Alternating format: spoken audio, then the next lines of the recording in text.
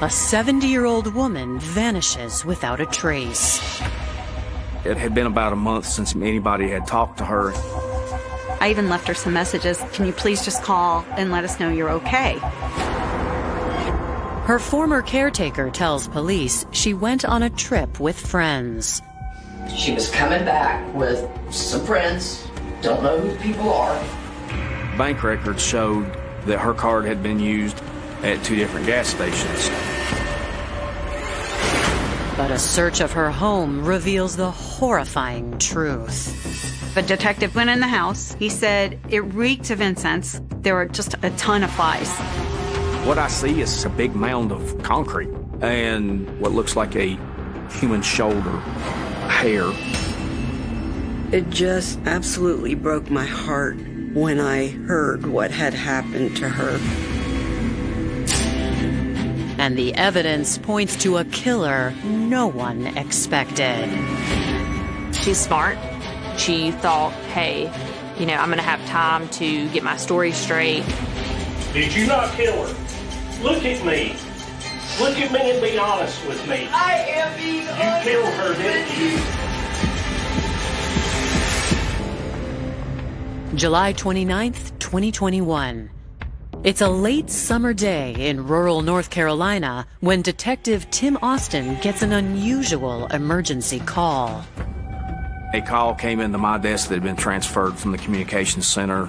Janelle Sparks is the sister-in-law of Lynn Sparks Keene, who lived in Linville Falls. She informed me that Lynn was 70 years old, had suffered from a traumatic brain injury in the past, and it had been about a month since anybody had talked to her, and she wanted somebody to go check on her.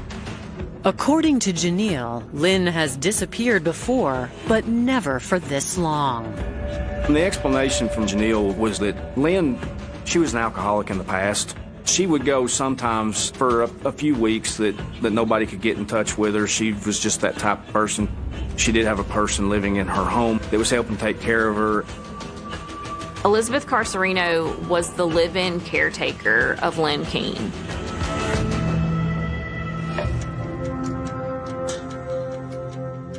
Janelle and her husband live in South Carolina, and the rest of the family lives in Florida. So it's been a blessing to have someone taking care of Lynn. But over a month ago, Elizabeth told them Lynn had unexpectedly left town. According to Elizabeth, some friends had drove up from Louisiana, and they had partied, gotten drunk at the home, and the next morning Lynn decided that she wanted to go to Louisiana with her friends.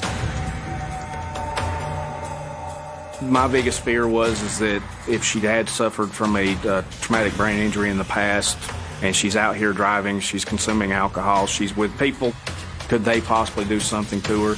Could she lose control because of her age and her health concerns? We have to get everything out there that we can to try to find her. Every description of what she could be driving, who she could be with, what clothing she was wearing. So I started learning more about Lynn from her family. Time is our enemy, and we've got to work as fast as we can to try to locate her in a timely manner for her safety.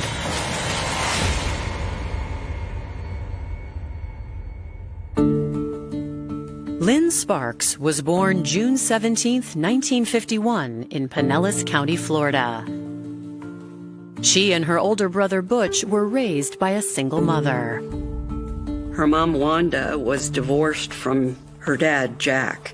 Lynn and Wanda were very, very close, almost more like sisters than mother and daughter.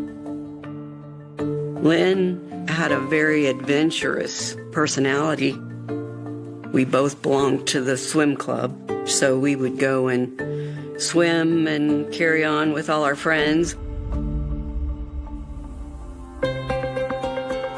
In her early 20s, Lynn moved to the Florida Keys and worked as a bartender.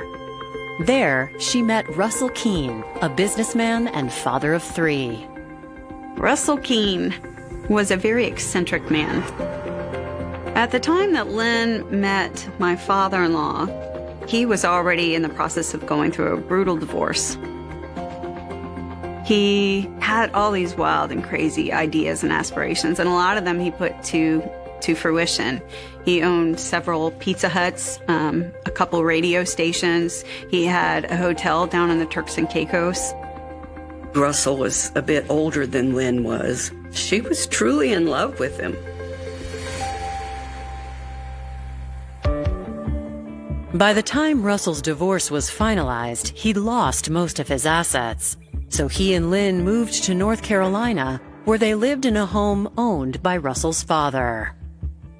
He never went back to work. He was too distraught. He felt like a failure and couldn't get past it.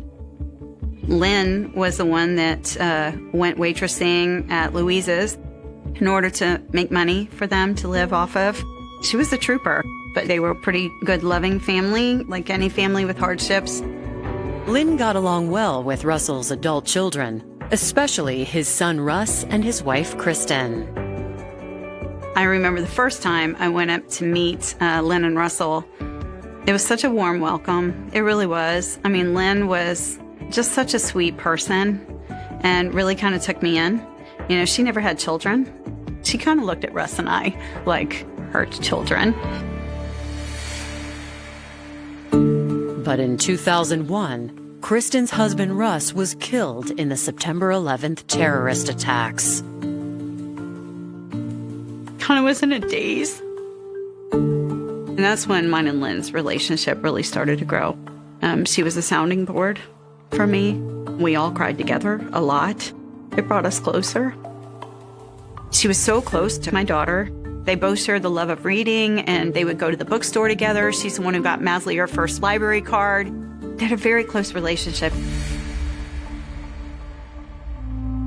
In 2016, the family was struck by more tragedy when Lynn's husband Russell passed away and her mother's health began to fail.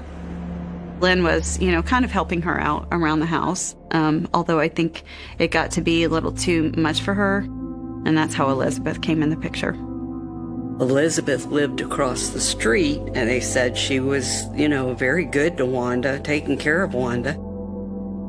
Lynn was like, Wanda needs more support. I can't really lift her. And Elizabeth was a strong person, so it seemed to be a good fit. 4 years later, in 2020, Wanda passed away when Lynn was 69 years old, which is when her problems with alcohol seemed to begin. Lynn was having a really rough time. When Wanda passed, it was really hard for her. She's lost her husband, now she's lost her mother. It was tough. When Lynn visited Kristen and her daughter in Florida that November, it became clear how bad things had gotten. Something wakes me up at 4:45 in the morning, and I'm hearing music out on the pool deck, and I'm like, what is going on? So I open up the door, and it's Lynn, and she's having fun. She starts walking up the stairs of the pool deck to try to come talk to me. Well, she loses her balance, and she falls. She fell over the planter, smacked her head on the pool deck, bleeding, and she's unconscious. I'm talking to 911. I'm trying to compress on her head, and they come get her. Doctor says, look, you had a brain bleed. She needed to be on supervision because she could get dizzy. She had a concussion. When Lynn returned to North Carolina, Elizabeth Carserino moved into the house to care for her full-time in exchange for room and board. Elizabeth understood the situation. Lynn was buying all the food, provided a house over her head. The next 6 months, Lynn was healing. She'd go to bed at like 4 o'clock in the afternoon, try to sleep through what would be her drinking time. So she wouldn't do that anymore. And she got clean. When she got the all clear, I had been looking at river cruises. Go see new things and enjoy your life, live a little. Lynn was excited. But now, it's been over 1 month since Kristen has heard from her mother-in-law, Lynn Keene, and North Carolina police are on their way to the house to check on her. Myself and 3 other detectives, we loaded up in 2 different cars and rode out to Linville Falls. Janelle, Lynn's sister-in-law, had told me that there shouldn't be anybody at the home. Elizabeth had already informed them that Lynn told her to move out. I went up there, knocked and announced several times, found that the door knob, it was locked. The curtains were closed. I was told that there was a Lincoln Town car that Lynn drives, and it was not in the driveway. There was some building materials for the wheelchair ramp that was under construction. Wood and some bags of what is called concrete mix. Nothing appeared like there had been a breaking and entering or any kind of violent crime. This looked like a home that somebody was actively living in, that they just weren't home at that time. And I saw no reason to go inside the house. Because of her health issues and the fact that the family hasn't heard from her, I went back to the office and have her entered as a missing, endangered person. Detective Austin also reaches out to Lynn's caretaker, Elizabeth Carserino. I called at least 2 times trying to get in touch with Elizabeth and only got voicemail. I left my name and number and information that I needed to talk to her. She may be the last person to see Lynn. I also have 2 unknown friends, a Karen and an unknown male, and Lynn took off to Louisiana, so I'm beginning to get worried. Could something have happened to them? Coming up, the search for Lynn Keene raises new concerns. We were all upset with Lynn, disappointed in the fact that she fell off the wagon. And detectives find answers buried in the dark. I'm following my nose, and the smell of something decomposing is getting stronger the further I go. Are you saying I did this? I'm saying you know about it.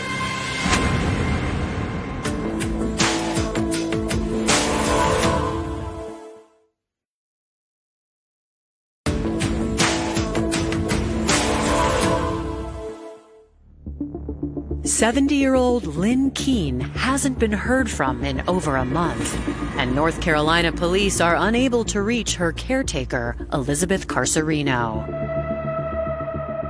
Detectives call Lynn's daughter-in-law, Kristen Keene, to ask if she's heard from Elizabeth. She tells them Elizabeth moved out after Lynn left town. Elizabeth Carserino had been in contact for probably a month with Kristen Keene, but Elizabeth had not contacted law enforcement. She tells Kristen, hey, I'm not at the house anymore. I'm camping with my son up in Maggie Valley. Elizabeth said, I'll try to reach back out when I have signal, but I'm not going to be always available. Elizabeth told me some of Lynn's Barfly friends from Louisiana had popped in. They brought in alcohol, and Elizabeth said, well, I tried to tell her Lynn's not drinking anymore, and she wouldn't listen to me, and she said, I just went to bed. She goes, but the next morning when I woke up, Lynn asked me to go to the pharmacy for her and get some things. And I said, why? And she said, because I'm going to Louisiana. She didn't know who these people were. It kind of heightened how she was feeling about it. We were all upset with Lynn, disappointed in the fact that she fell off the wagon, and she had done so well. I even left her some messages like, Lynn, honey, I really need to talk to you to make sure you're okay. At that stage in her life, it was a lot for her to take off and just go somewhere. And we're like, what in the world is going on? None of this makes sense. Due to the fact that Lynn mentioned traveling to Louisiana, detectives put out a bolo for her vehicle along the route from North Carolina. On August 2nd, I was notified by the Cherokee Police Department that the car was found in Cherokee, North Carolina. They had that vehicle towed to their secure lot. They found the keys to the vehicle under the driver's seat. There was nobody in the vehicle. Nothing stood out to them other than there was a Wells Fargo bank card in the car that was in the name of Lynn Keene. There was a Social Security card as well underneath the driver's seat. That Social Security card belonging to Lynn Keene. Bank records showed that her card had been used in Marion, North Carolina, and had been used in Cherokee, North Carolina, both times to fill up for gas at 2 different gas stations. It is starting to worry me because most people would not just leave their bank card, their Social Security card, as well as their car keys all locked up inside their vehicle. Further analysis of the traffic recordings reveals another clue. The Cherokee Tribal Police were able to find video of Lynn's car coming through town, and it appeared to be just occupied by one person, but the video was very grainy and couldn't make it out exactly who it was. The person driving the vehicle didn't look like Lynn. They looked like a bigger body type. What's going on in my mind is, if Lynn's not there, where did she go? Where did the people go that were with Lynn? Police had not conducted a search of Lynn's house during their initial wellness check, but now they believe there is cause to do so. Based on this, I did apply for a search warrant.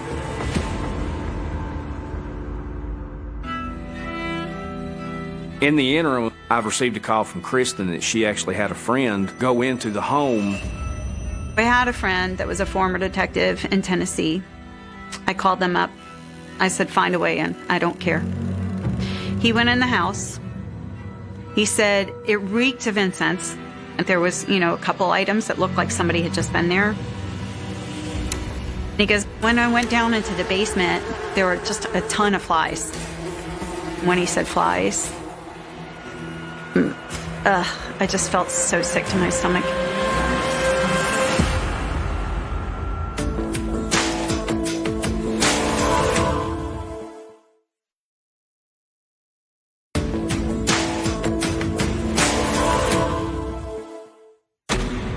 Four days after Lynn Keene was reported missing, her daughter-in-law, Kristen Keene, is informing investigators about the new concerning details in Lynn's home. But the call is interrupted by Lynn's caretaker. Kristen told me she was getting a call waiting from Elizabeth. So I said, take the call me back, let me know what she says. Shortly after that, Kristen calls me back and tells me that Elizabeth is very angry with her. She got really angry at me because she felt I was accusing her of doing something to Lynn. I told her, Elizabeth, I said, not for nothing. You are the last person to see Lynn, alive as we know it, because nobody's seen her since. You're going to be the first person that the police want to talk to. Kristen says that it's just very unlike Elizabeth the way she was acting. She was acting guilty of something. What's going on in my head is I need to find Elizabeth. I need to speak with her because her story of what she has told the family is not adding up. As their calls to Elizabeth Carserino continue to go unanswered, detectives return to Lynn's home with a search warrant. There was nothing visual to the naked eye. I mean, everything appeared to be very tidy. There was no indicators that any kind of struggle or anything had taken place in that house. I checked the main floor of the home, and then I see a doorway that I don't know where it goes. Well, I open this door, and immediately I'm hit with a very strong odor of something dead. There's also very large flies. And so I start making my way down the stairs of this home. Flies are everywhere. And the smell of something decomposing is getting stronger the further I go. I walk into this back room, and off in the corner I see a pile of something covered with a tarp and a box sitting on top of it. I remove the box, set it off the side, and I pull the tarp back. What I see is something, it looks like a big mound of concrete. and sitting on top of it is a bag of pre-mixed concrete mix. And the smell is just overwhelming. And I can see mixed on the edges of the concrete what looks like a human shoulder, hair. I've got a crime scene. I don't know who's in the concrete. I think it's Lynn. I immediately call for assistance from other investigators. I request the assistance of the North Carolina State Bureau of Investigation, and I start taping off the area. The North Carolina Bureau of Investigation sends Special Agent Maggie Holder to the crime scene. Her first challenge is how to remove the body for identification. I was a little intimidated trying to figure out, what's the best way to do this and preserve the body to make sure that we can send the body to autopsy. They start chiseling away at the concrete. They proved it was a human being. Could not see a face. I could see parts of arms. I could see the thighs, parts of the calf. Very decomposed. Around the neck, I can see a belt that is tight, as in this person's been strangled. While it's clear a murder has been committed, there is little else in the home to explain how or when it happened. Initially, on the first crime scene search, it was not apparent that there was any blood or anything. After investigators leave the scene, they call Lynn's loved ones. They are devastated when they learn of the discovery. I kind of had already tried to prepare myself for the worst. I was sitting on the couch with my daughter in the living room, and Tim Austin called. He said, "Kristen, I'm certain that's her in the basement. Of course, we have to do autopsy and everything, but based on her hair, it's her." Lynn and I were so close that it just absolutely broke my heart when I heard what had happened to her. My daughter and I just start crying, and we just start sobbing. I'm just like, you don't ever want that to be true. And their suspicion of Elizabeth Carserino continues to grow. Elizabeth Carserino avoided contacting law enforcement. It clearly showed that she was trying to avoid us. The day after finding the body, Detective Austin uncovers more incriminating evidence. I was able to find in Marion, North Carolina, that the store where the gas was purchased did have video. When he reviews the footage from July 29th, a month after Lynn was last seen, he spots a familiar face. It was not Lynn. In the video, Elizabeth is coming to the store, driving Lynn's car, pulling into the gas pumps, using a card to get gas. And in my head, I'm putting it together that Elizabeth's supposed to be in Maggie Valley. All of Lynn's stuff is found in Cherokee, and we're talking about two areas that are less than 30 minutes apart. I've got Elizabeth driving Lynn's car, and I've got Elizabeth using Lynn's bank card. We had nothing saying that Lynn ever gave her permission to use this. So I went before a magistrate who issued a warrant for Elizabeth Carserino's arrest. It started going through my mind of how could Lynn have been taken to the basement? Could one person have carried her, or is there somebody else involved? I needed those questions answered. From there, I began working on a phone order in order to get up on Elizabeth Carserino's cell phone to see where she was in real time. And so at that point, I knew we had to find Elizabeth fast.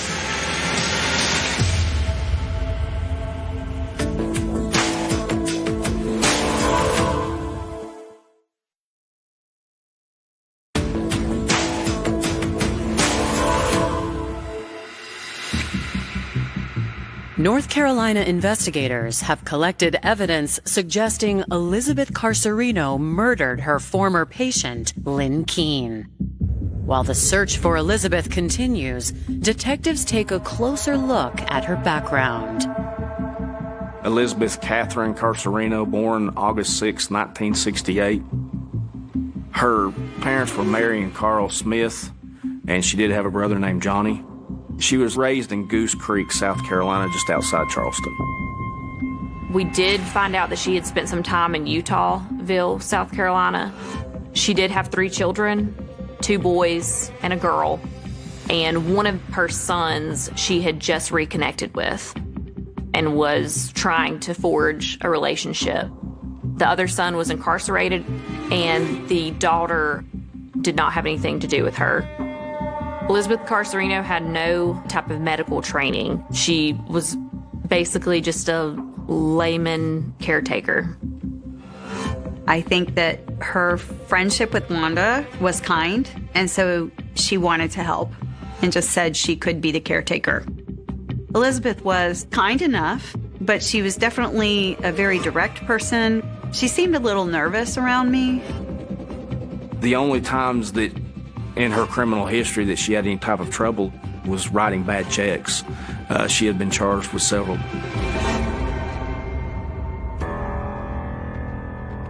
Nothing in Elizabeth's record indicates she would be capable of committing such a gruesome crime. So investigators focus on tracking her down for questioning. She said that she was traveling with her son and camping in Maggie Valley with him. And we needed to make sure that Elizabeth's son had nothing to do with Lynn going missing.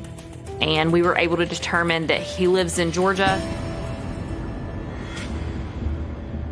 When agents with the Georgia Bureau of Investigation interview Elizabeth's son, he claims to know nothing about Lynn's murder.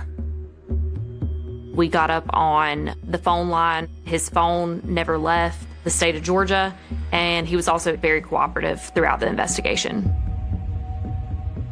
Detectives conclude Elizabeth's son had nothing to do with Lynn's murder and rule him out as a potential suspect. He informs detectives he last saw his mother less than a year ago. It was determined that he really didn't have a lot to do with her.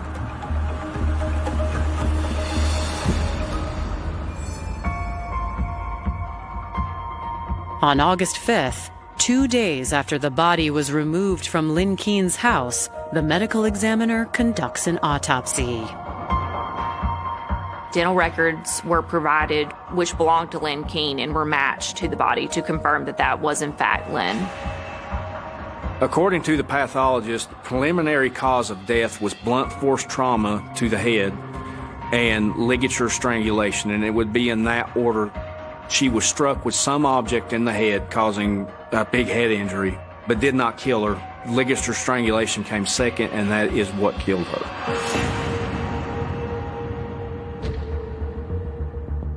Investigators now have a positive identification, cause of death, and a prime suspect, but they are no closer to bringing her in.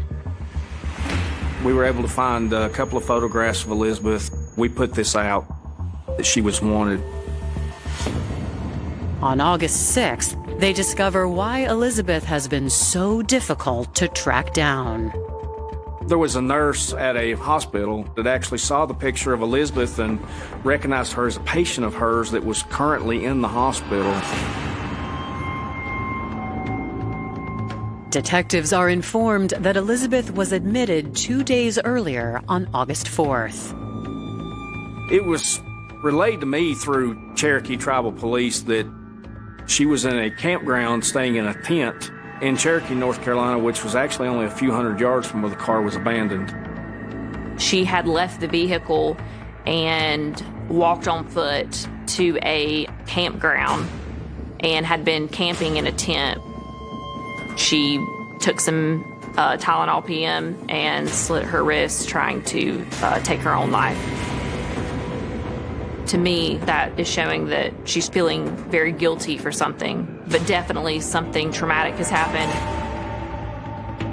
Local law enforcement in Silva were able to arrest Elizabeth at the medical facility where she was transferred from their custody to the Avery County Sheriff's Office. Your first thought is, okay, I've got to get this person to talk to me. This was just such an egregious way to murder someone, and I just wanted to know what happened. Coming up, police confront Elizabeth about what exactly happened to Lynn Keene. What did she do to you to get you over that breaking? I don't know what to say to you. She tried to use the old amnesia thing. I think she was distancing herself from the crime. And Lynn's loved ones seek justice for her terrifying murder. And we're both trying to play back this whole thing in our head. Like, how could we have missed that?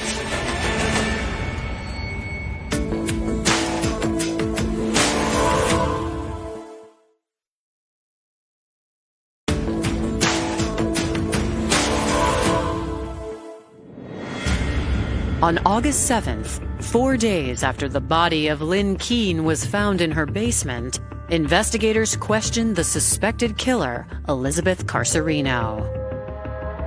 My goal at the time was to establish a rapport to get her to open up to talk to us.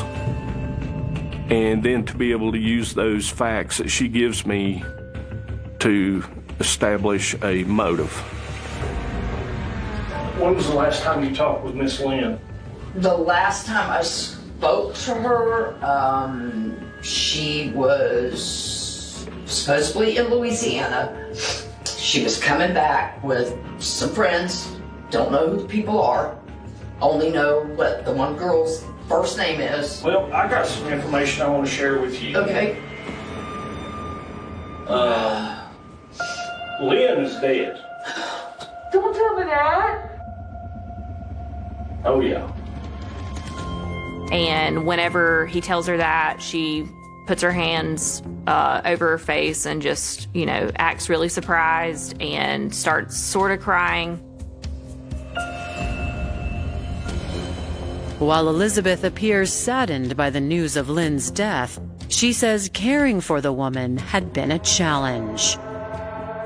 I was constantly cleaning up everything. Of course, she didn't remember that because she was drunk. She yelled at me and told me that she might as well pay somebody to clean the house because I don't do a damn thing but sit on my ass. And that pissed me off to no end because I did absolutely everything. I went and bought all the groceries. I put everything up. I did all the cooking. I did all the cleaning. I did all the laundry. I even put her clothes up for her. And nothing was never good enough. When she got to that point, no, it wasn't. What did she do to you to get you over that breaking? Are you saying I did this? I'm saying you know about it. I don't know what to say to you if I can't remember right this moment. I don't know what to say. You want to go take a walk? Sure. After a break for Elizabeth to regain her composure, investigators try questioning her again.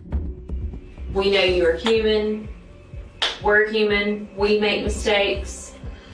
But we do have a job to do. I do understand that. You did this. You killed Lynn and you left her in that house. And it went back and forth that she just couldn't remember the details and what had happened.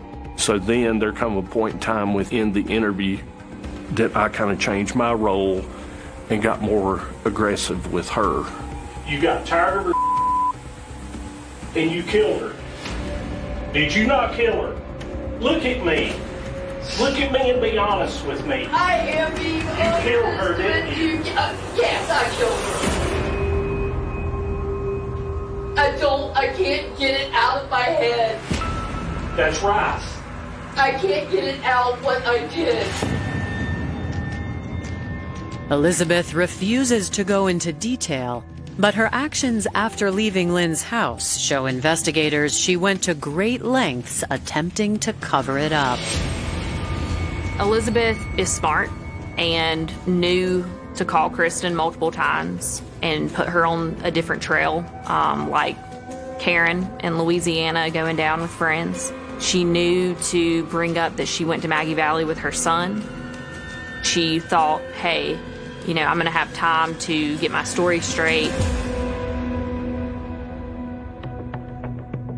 As for motive, they believe the growing tension between the two women finally became too much for Elizabeth to take. According to Elizabeth Carserino, Lynn was very restricted about where she could go, what she could do, that it was pretty much she had to be 24/7 with Lynn. And I believe that over a period of time that anger and resentment and rage built up, and I think that maybe on this particular day, I think that Elizabeth lost her temper. She snaps on her and hits her over the head. Instead of calling 911 of, oh God, I've messed up, I've hurt her, let's get her some help. She put a belt around her neck and took her life.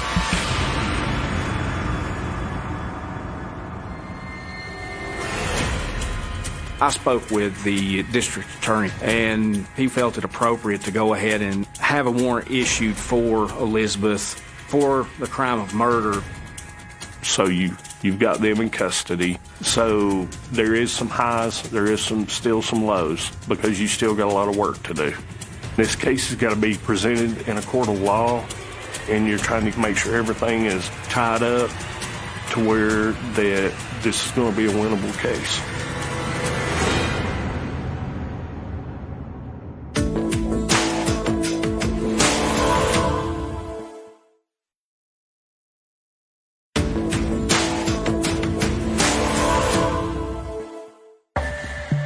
After a week of investigation, Elizabeth Carserino is arrested and charged with the murder of 70-year-old Lynn Keene. They called us right away, and it was like, we got her. We got her. I'm crying like a baby, and Lynn's brother, just devastated. First he lost his mom, and now his sister, so horribly, and Janelle too, and we're both trying to play back this whole thing in our head, like, how could we have missed that? Like investigators, Lynn's loved ones are frustrated by Elizabeth's refusal to explain the whole truth. She claims to have had amnesia, can't remember anything. BS. I call BS. She's lying.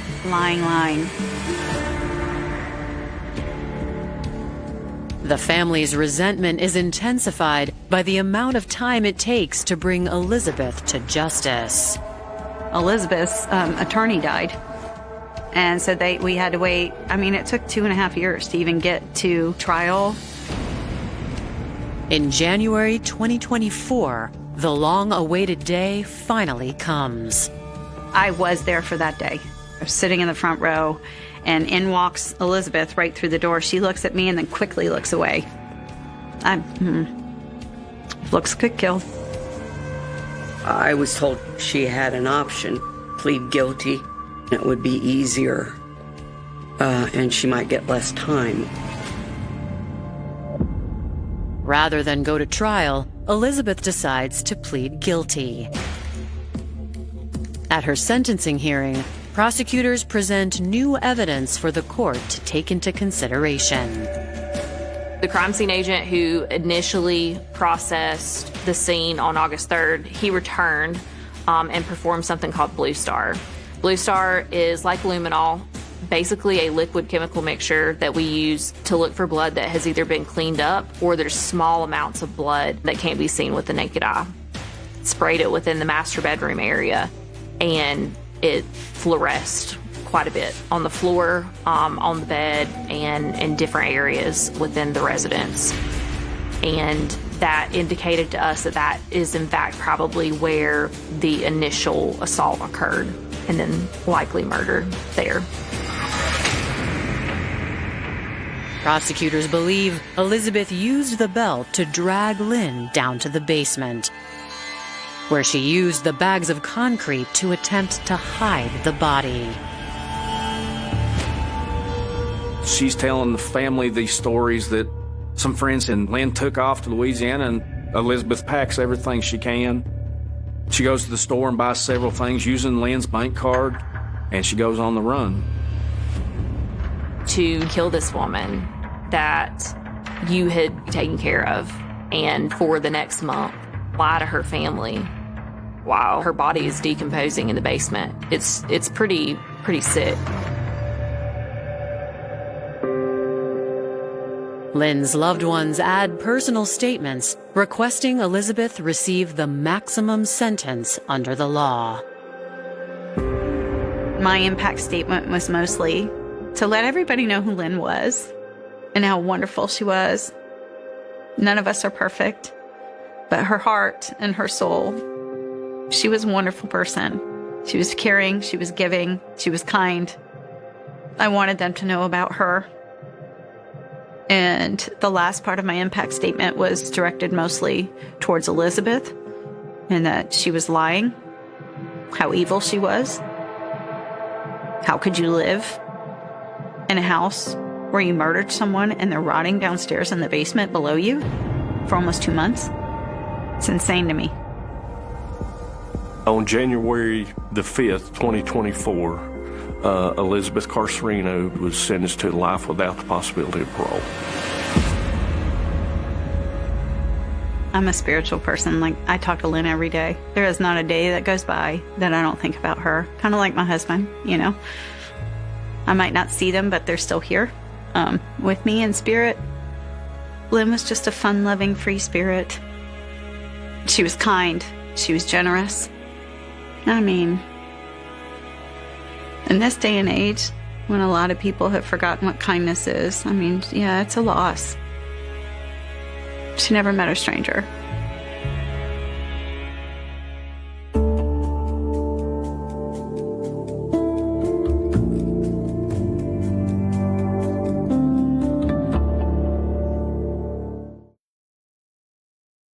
On a quiet afternoon in the city of Saanich, British Columbia, a young woman stepped into a beautiful home expecting nothing more than a routine real estate appointment. She was confident and ambitious and determined to build a successful future in one of the most competitive industries. She had spent years learning the business, meeting clients, and proving herself. Her name was Lindsay Buzayak. At only 24 years old, Lindsay had already created a reputation as someone who was passionate about real estate. She was energetic, friendly, and known for her ability to connect with people. To those who knew her, Lindsay was more than a realtor. She was a daughter, a friend, a young woman with dreams of independence, and a life she was working hard to create. But on February 2nd, 2008, Lindsay walked into a house on D. Souza Place in Saanich and never walked back out. The details surrounding her final moments will become one of Canada's most haunting unsolved mysteries. A young woman was lured into a home by strangers who appeared to be potential buyers. They contacted her, arranged a private showing, and vanished afterward without leaving behind clear answers. The people who entered that house with Lindsay were never identified. Their names, their identities, and their reasons remain hidden behind years of unanswered questions. What happened inside that home changed everything for Lindsay's family and left investigators facing a case filled with strange clues, suspicious behavior, and a trail that seemed to disappear into nothing.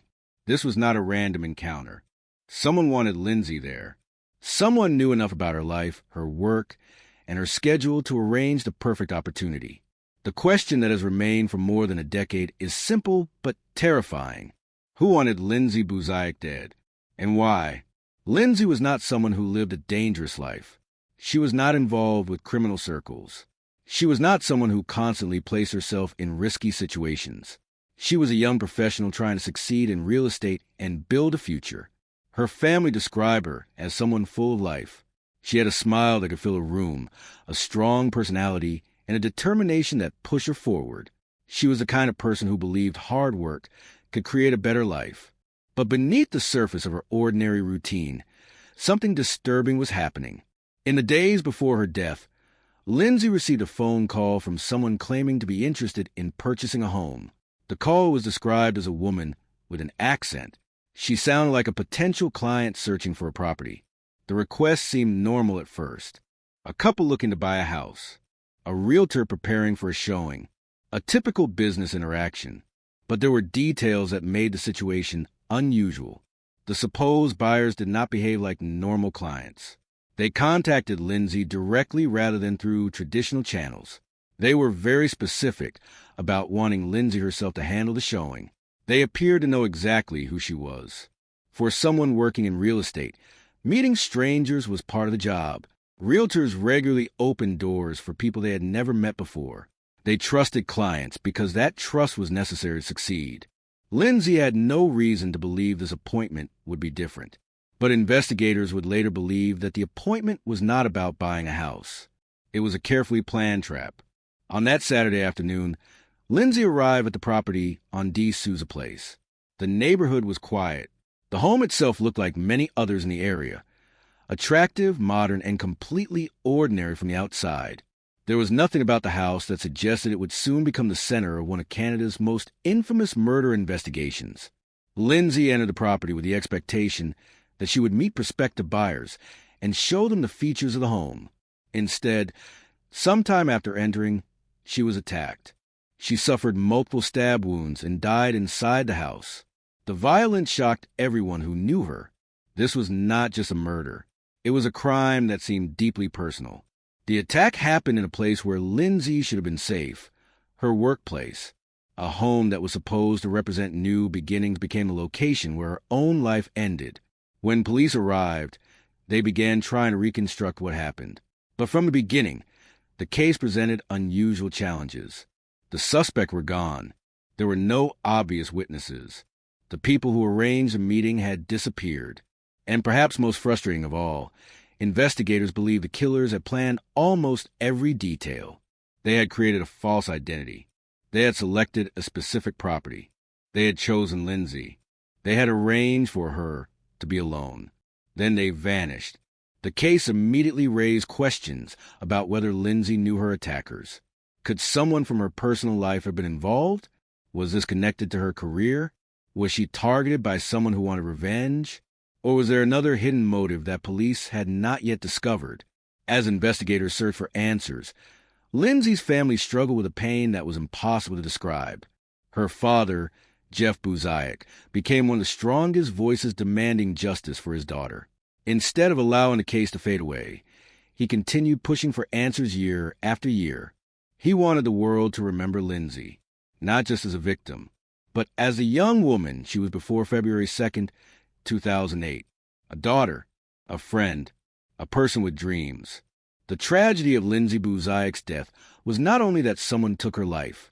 It was that the person or people responsible appeared to have planned everything carefully enough to escape. Over the years, theories developed. Investigators examined relationships, phone records, financial details, and possible motives.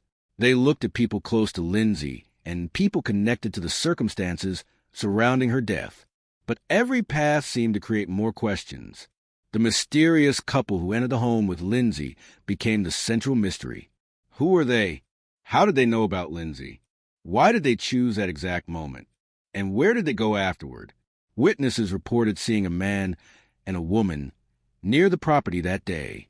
Their descriptions created a picture of the two people believed to have met Lindsay. But despite years of investigation, their identities remained unknown. The fact that two people could commit such a crime in broad daylight and disappear became one of the most disturbing aspects of the case. The murder of Lindsay Buzayak was not just a crime scene. It was a puzzle with missing pieces. Every answer seemed to create another mystery. More than 15 years later, her name remains connected to one of Canada's most frustrating unsolved cases. Her story continues to raise the same haunting question that investigators asked from the beginning. Who wanted Lindsay Buzayak gone? And what happened inside that house on D. Souza Place? Because somewhere, someone knows the truth. Someone knows who made the phone call. Someone knows who walked through that door. Someone knows why Lindsay Buzayak never came home. In the early months of 2008, the city of Saanich, British Columbia, seemed like the kind of place where nothing truly terrible could happen.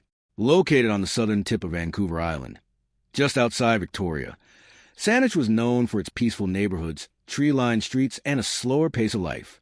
It was a community where people recognized familiar faces, where families settled down, and where the biggest concerns often involved everyday problems rather than violent crime. But beneath the calm surface of the suburban landscape, something much darker was about to unfold. Saanich was not a place people associated with danger. It was a type of city where residents felt comfortable leaving their doors unlocked, where neighbors watched out for each other, and where a young person with ambition could build a promising future. The streets were clean, the homes were beautiful, and the real estate market was thriving. For someone like Lindsay Buzayak, it was exactly the kind of place where she believed she could create a successful career and a stable life. Lindsay was only 24 years old, but she already had a strong reputation as a talented and determined real estate agent. She was young compared to many people in the industry, but she had confidence, energy, and a natural ability to connect with others. She was not the type of person who waited for opportunities to come to her. She chased them. Real estate was a competitive world, especially for someone trying to establish herself. Every client mattered. Every showing mattered. Every conversation could become the difference between a closed deal and another month of uncertainty. Lindsay understood that success required trust. A real estate agent does not simply sell houses. They invite strangers into their professional world. They meet people they have never seen before, often alone in empty properties. They rely on instincts and judgment. They believe that most people are exactly who they say they are. That belief would become central to one of the most haunting mysteries in Canadian criminal history. At the beginning of 2008, Lindsay's life appeared to be moving in a positive direction. She had a career she cared about, a supportive family, and a relationship with her boyfriend, Jason Zalo. From the outside, she seemed to have the future many people dream about. But inside the world of real estate, there was always pressure. The housing market could be unpredictable. Agents competed fiercely for clients. A single successful sale could change everything, while losing a potential buyer could mean weeks of wasted effort. So when Lindsay received an unusual request from a potential client in January 2008, she treated it as an opportunity. The woman who contacted her claimed she was looking for a home in the Victoria area. She explained that she and her husband were interested in purchasing a property and wanted to see a specific house in the Gordon Head neighborhood of Saanich. At first, nothing about the request seemed impossible. People looking for homes often had specific needs. Some wanted a quiet neighborhood. Some wanted a certain price range. Some wanted privacy. But there were details about this potential buyer that later stood out. The woman had a strong accent. She spoke with Lindsay over the phone and described herself as a serious buyer. She appeared organized and knew what she wanted. However, the identity of the clients remained unclear. They were not people Lindsay knew. They had no previous relationship with her. They were strangers reaching out through a professional connection, exactly the kind of situation real estate agents experience every day. The appointment was arranged for February 2nd, 2008. The property was located on D. Souza Place, a quiet residential street. The home was not a random location. It was a beautiful, modern house in an attractive neighborhood, the kind of property that could easily attract buyers. That afternoon, Lindsay prepared for the showing. Like many professionals, she approached the appointment as part of her job.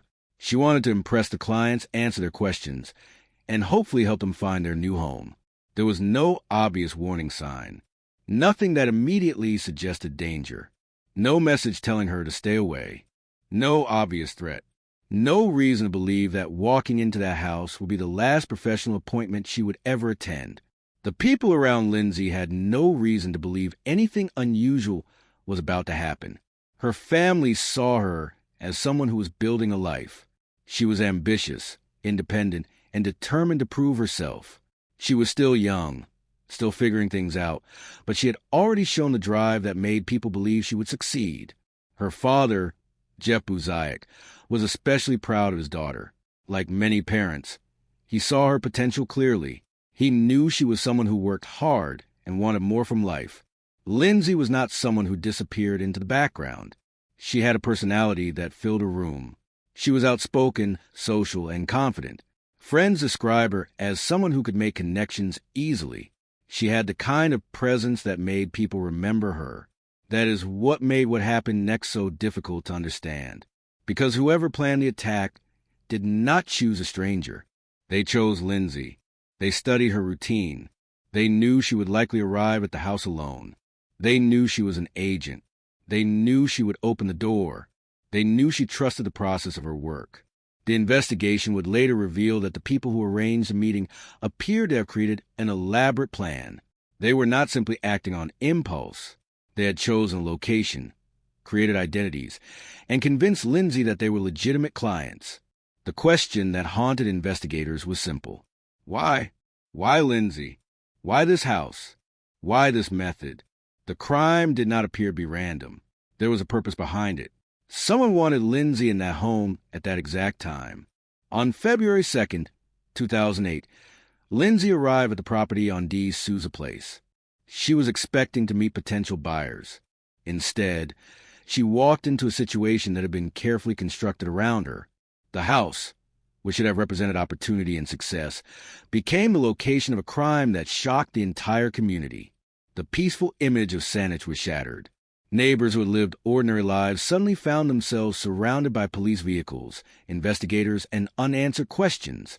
How could something like this happen in their neighborhood?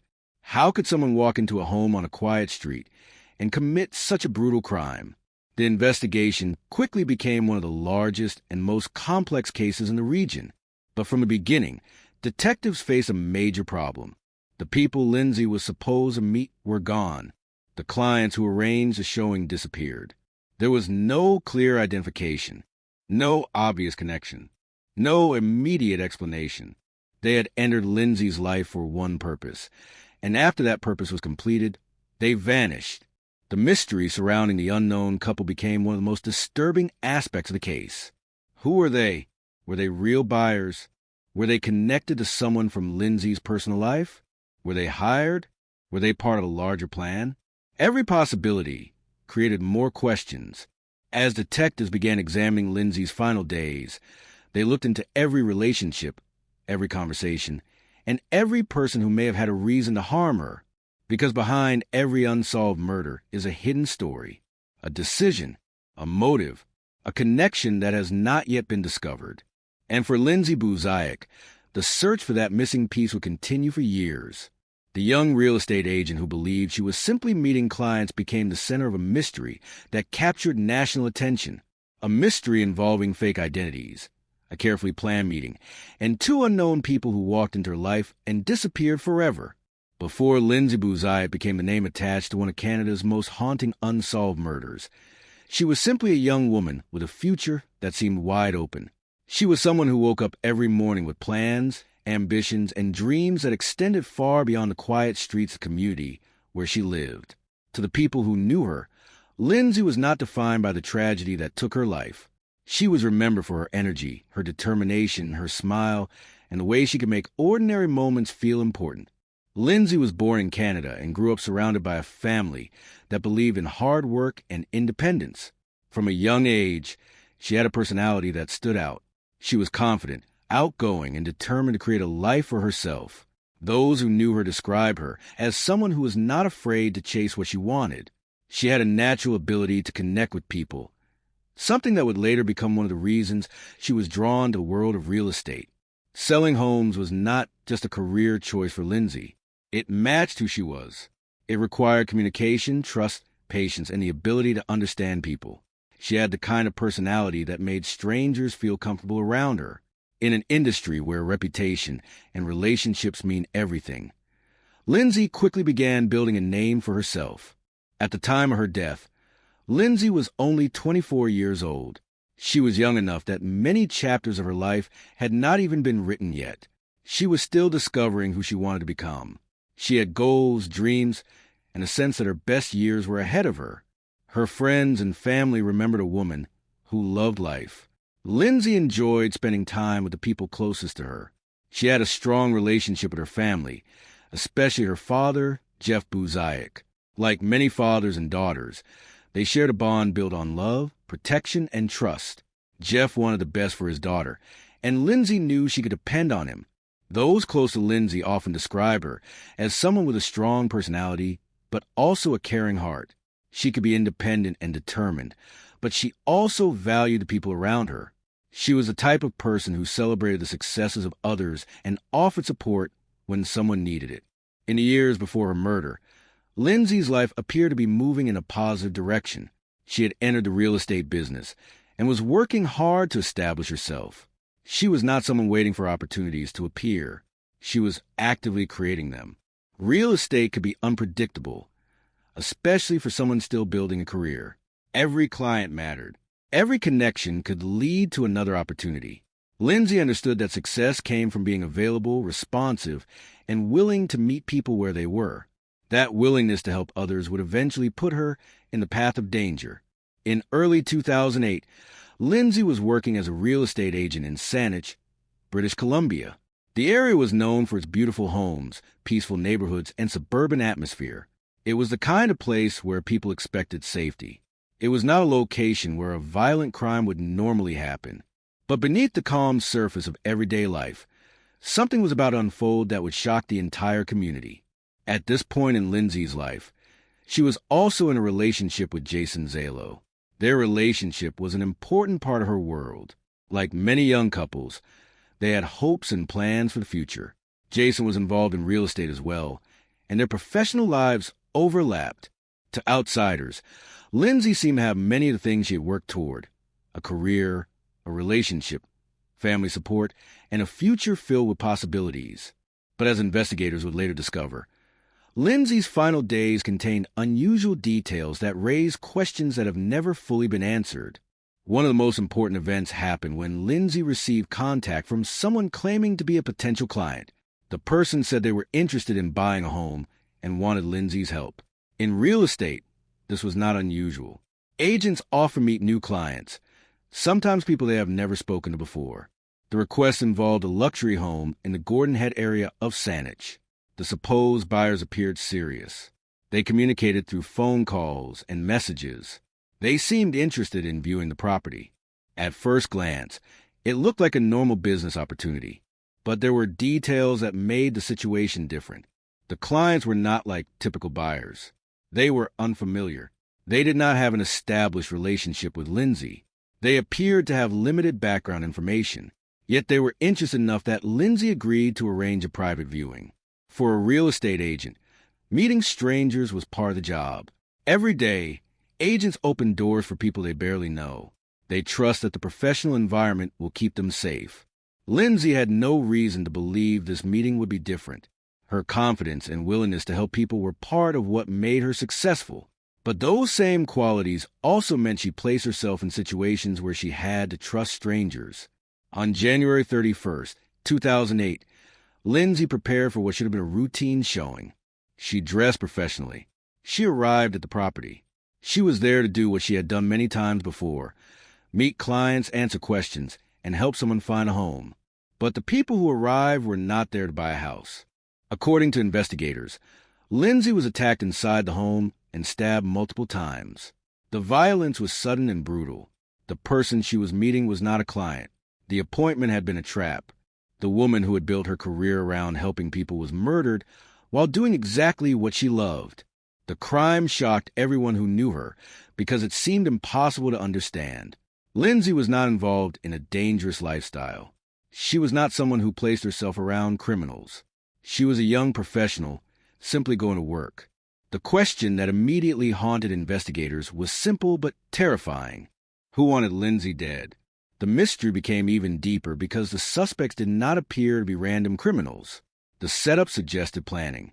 Someone had taken the time to create a false identity, arrange a meeting, and make sure Lindsay would be alone. The people who contacted her disappeared afterward. The fake client became ghosts. There was no clear trail leading investigators to the person or people responsible. For Lindsay's family, the loss was devastating. Her father, Jeff, struggled to understand how someone could take his daughter's life. The pain was mixed with frustration because years passed without answers. Instead of being able to focus only on grieving, the family found themselves searching for justice. They wanted the world to remember Lindsay not only as a victim, but as a person. They wanted people to know the real Lindsay, the young woman who laughed with friends, the daughter who loved her family, the professional who was building a future, the person who walked into a house expecting to help someone and never walked back out. As investigators continued examining the case, they began looking deeper into Lindsay's relationships, professional connections, and the unusual circumstances surrounding the appointment. Was this murder connected to someone in Lindsay's personal life? Was someone angry with her? Was a real estate appointment carefully designed by someone who knew how to manipulate her routine? Or was there another hidden motive that had not yet been uncovered? More than 15 years later, those questions remain at the center of the investigation. The story of Lindsay Buziak remains one of Canada's most disturbing unsolved cases because the crime itself appears so deliberate. It was not a random encounter on a dark street. It happened in a place where Lindsay believed she was safe, during a moment when she was simply doing her job. Her death changed the lives of everyone who loved her, but the mystery surrounding her final appointment continues to demand answers. Because behind every unsolved case is a person who was taken away too soon. And behind Lindsay Buziak's name is a story of a young woman who deserved the chance to live the future she was building. In early 2008, the quiet suburban streets of Saanich, British Columbia, looked like the kind of place where people believed they were safe. The neighborhoods were peaceful, the houses were well kept, and the rhythm of everyday life seemed predictable.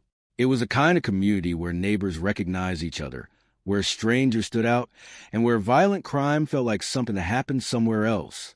But on a cold January afternoon, one home on D. Souza Place would become the center of mystery that would haunt Canada for years.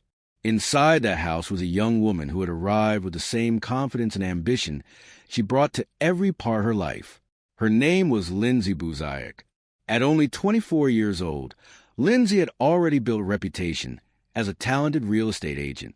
She was energetic, determined, and deeply focused on creating a successful future. She was not someone who lived recklessly or chased danger. She was someone building a life.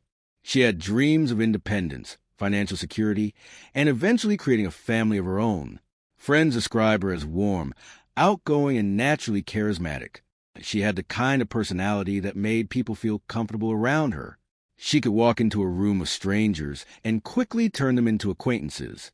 Real estate was the perfect career for her. It allowed her to connect with people, understand their needs, and help them make one of the biggest decisions of their lives. But on February 2nd, 2008, Lindsay's ability to trust people will become the very thing that placed her in danger. That day began like any other workday. Lindsay was preparing to show a home to potential buyers. She believed she was meeting clients who were interested in purchasing a property. They appeared ordinary at first. A man and a woman had contacted her, claiming they were looking for a home in the area. Their behavior, however, carried details that would later become some of the most disturbing clues in the investigation. The female caller had a strong accent. She described wanting a luxury home and appeared ready to move quickly. She did not contact a large number of agents. She contacted Lindsay. That decision would later raise one of the biggest questions surrounding the case. Why Lindsay?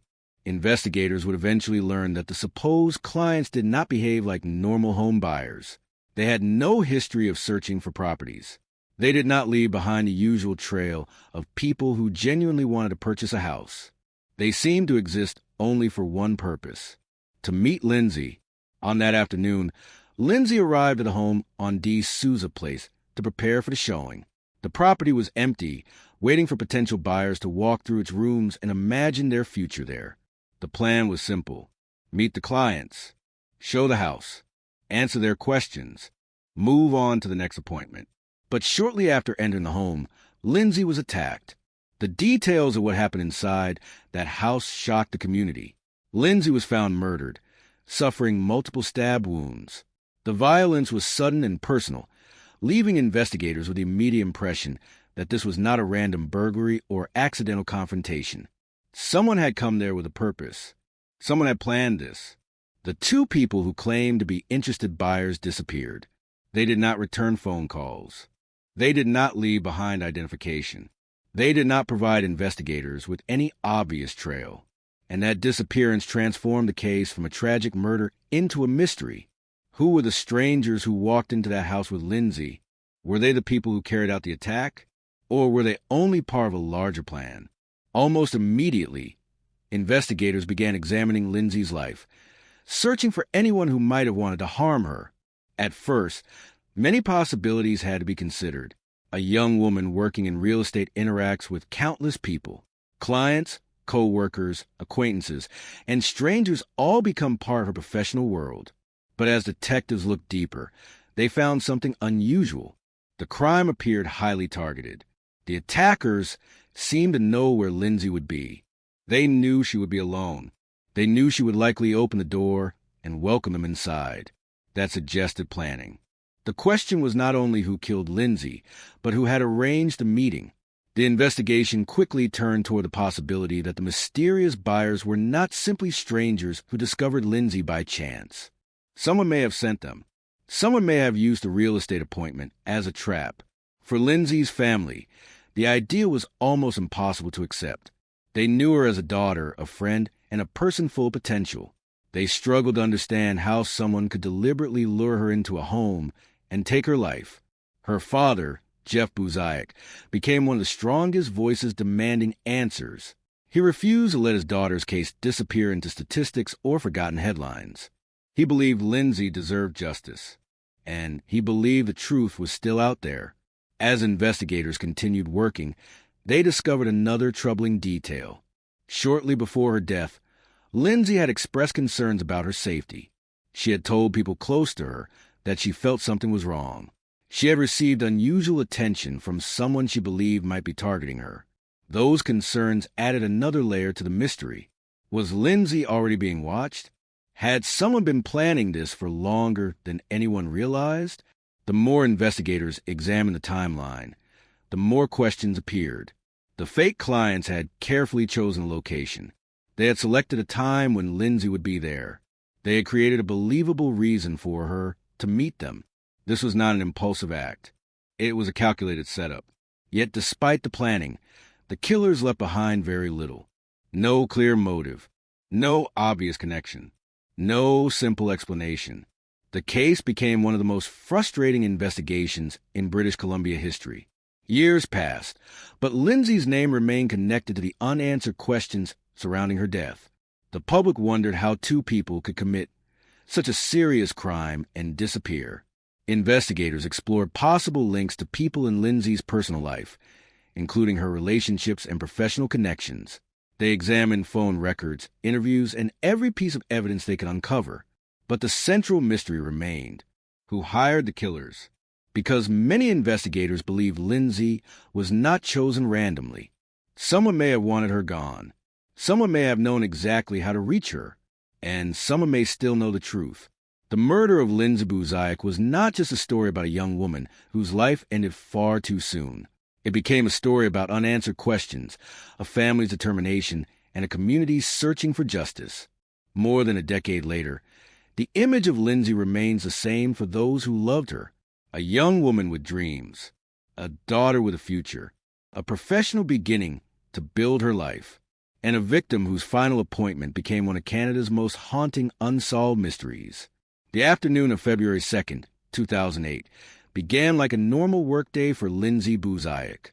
Like many young professionals trying to build a future, she was focused on her career, her responsibilities, and the opportunities ahead of her. Real estate was not just a job for Lindsay. It was a path toward independence and success. Every showing represented a possibility, a new client, a new connection, and another step toward the future she imagined. But the house on D. Souza Place would become the place where those dreams ended. The property itself was ordinary. It was not a place that appeared dangerous. It was located in a quiet residential neighborhood in Saanich, British Columbia, surrounded by homes where families lived their daily lives. Children played nearby. Neighbors came and went. The streets carried the calm atmosphere of community, where people believed they knew what kind of place they lived in. Nothing about the location suggested that something terrible was about to happen. That was exactly what made the crime so disturbing. The person or people responsible did not choose a hidden location. They did not take Lindsay somewhere isolated. Instead, they used the trust and routine of her profession against her. A real estate agent's job requires a certain level of openness. You meet strangers. You enter unfamiliar homes. You answer questions from people you have never met before. You believe that someone looking to buy a house is exactly who they say they are. For Lindsay, that belief became deadly. Earlier, she had been contacted by a woman who claimed she was interested in purchasing a luxury home. The woman sounded serious. She asked about properties and gave the impression that she was a legitimate buyer. But as investigators later examined the details, small things began to stand out. The potential client was not behaving like a typical home buyer. There were no obvious signs of a person seriously searching for a place to live. There was no long history of communication with multiple agents. There was no evidence of a genuine search for a dream home. Instead, the contact appeared focused on Lindsay. The appointment was arranged, and Lindsay agreed to meet the couple at the property. She had no reason to believe she was walking into danger. She was doing what she had done many times before, helping clients, opening doors, showing possibilities. But when Lindsay entered the home, something happened that investigators would spend years trying to understand. At some point after arriving, Lindsay was attacked. The scene inside the house revealed a violent and personal crime. She had been stabbed multiple times. The attack was not quick or accidental. It showed a level of aggression that suggested intense intention. Someone had not come to steal from a house. Someone had come for Lindsay. The discovery of her body immediately changed the direction of the investigation. Police were faced with a young woman who had been killed inside an empty home during what was supposed to be a routine property showing. The very circumstances of her death created a haunting question. How could someone plan this so carefully? The crime scene became the first place where investigators began searching for answers. Every detail mattered. The position of objects inside the home, the timeline of Lindsay's arrival, the condition of the property, the movement of anyone who had entered or left. Investigators understood quickly that this was not a random encounter. The circumstances surrounding the appointment were too unusual. The killers had created a situation where Lindsay would willingly meet them. That meant planning. That meant deception. And most importantly, that meant someone had to know how to gain her trust.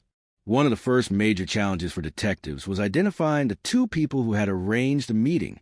The supposed buyers were gone. They did not remain at the scene. They did not contact police. They did not provide explanations.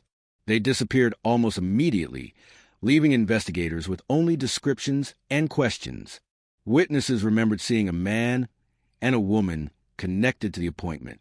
The description of the pair became one of the most important pieces of information released to the public. The woman was described as having a distinctive appearance, including a noticeable accent. The man was also described by witnesses. But descriptions alone were not enough. A city full of people meant there were countless possibilities. The investigation became a search for two shadows. Two people who had appeared in Lindsay's life for only a short time, but whose actions had changed everything. As detectives began looking into Lindsay's background, they found no obvious reason why someone would want her dead. She had no known criminal history. She was not involved in dangerous activities. She was a young woman building her career. Friends and family described her as someone who brought energy into the lives of others. The idea that someone would intentionally target her seemed impossible, yet the evidence pointed in that direction. The crime had too many signs of preparation. The fake clients had selected Lindsay. They had arranged a private meeting. They had brought her into an empty house. It looked less like a spontaneous attack and more like a carefully constructed plan. The question became, who had enough hatred, anger, or obsession to create such an elaborate trap? Investigators examined Lindsay's personal relationships. They wanted to understand every person connected to her life. Was there someone who had a reason to be angry? Was there someone who felt rejected? Was there someone hiding a secret? The investigation expanded into every possible direction. Lindsay's family struggled with the reality that their daughter's final moments were surrounded by strangers. They could not understand how someone could meet her, look her in the eyes, and decide to take her life. For her father, Jeff Buzayak, the unanswered questions became impossible to ignore. He wanted the world to remember Lindsay as more than a victim. She was a daughter, a friend, a person with plans and dreams. But he also wanted answers. He believed someone knew what happened. Someone knew who hired those mysterious individuals. Someone knew why Lindsay was chosen. As months passed, the investigation became one of the most frustrating cases in British Columbia. The crime scene had provided clues, but not the final answers detectives needed. There was no simple confession, no obvious suspect, no clear connection between Lindsay and the people who entered the house. The killers had managed to create distance between themselves and the crime. They used Lindsay's own profession as a doorway into her final moments. That realization made the case even more disturbing, because if someone wanted to harm Lindsay, they did not need to chase her. They only needed to convince her that they needed her help. The house on D. Souza Place became more than just a location. It became a symbol of unanswered questions, a place where a young woman arrived expecting to discuss bedrooms, kitchens, and future possibilities. Instead, she became the center of one of Canada's most mysterious unsolved murders. Years later, investigators will continue to follow leads, analyze evidence, and revisit the timeline of that afternoon. Because somewhere inside the story of Lindsay Buzayak's final appointment was a truth, and the search for that truth would continue. The murder of Lindsay Buzayak did not begin as a simple mystery. From the very first moments, investigators were faced with a crime that seemed carefully designed to leave behind more questions and answers. There was no obvious robbery, no random attack, and no clear motive. Instead, there was only a young woman who had walked into a home believing she was about to help a potential client find a place to live, only to become the victim of a carefully planned trap. As detectives entered the investigation, one fact became impossible to ignore. Whoever killed Lindsay had not chosen her by accident. Lindsay was a successful young real estate agent in Saanich, British Columbia, a person who built relationships easily and trusted people as part of her profession. She spent her days meeting strangers, opening doors for families searching for homes, and believing that every new client represented another opportunity.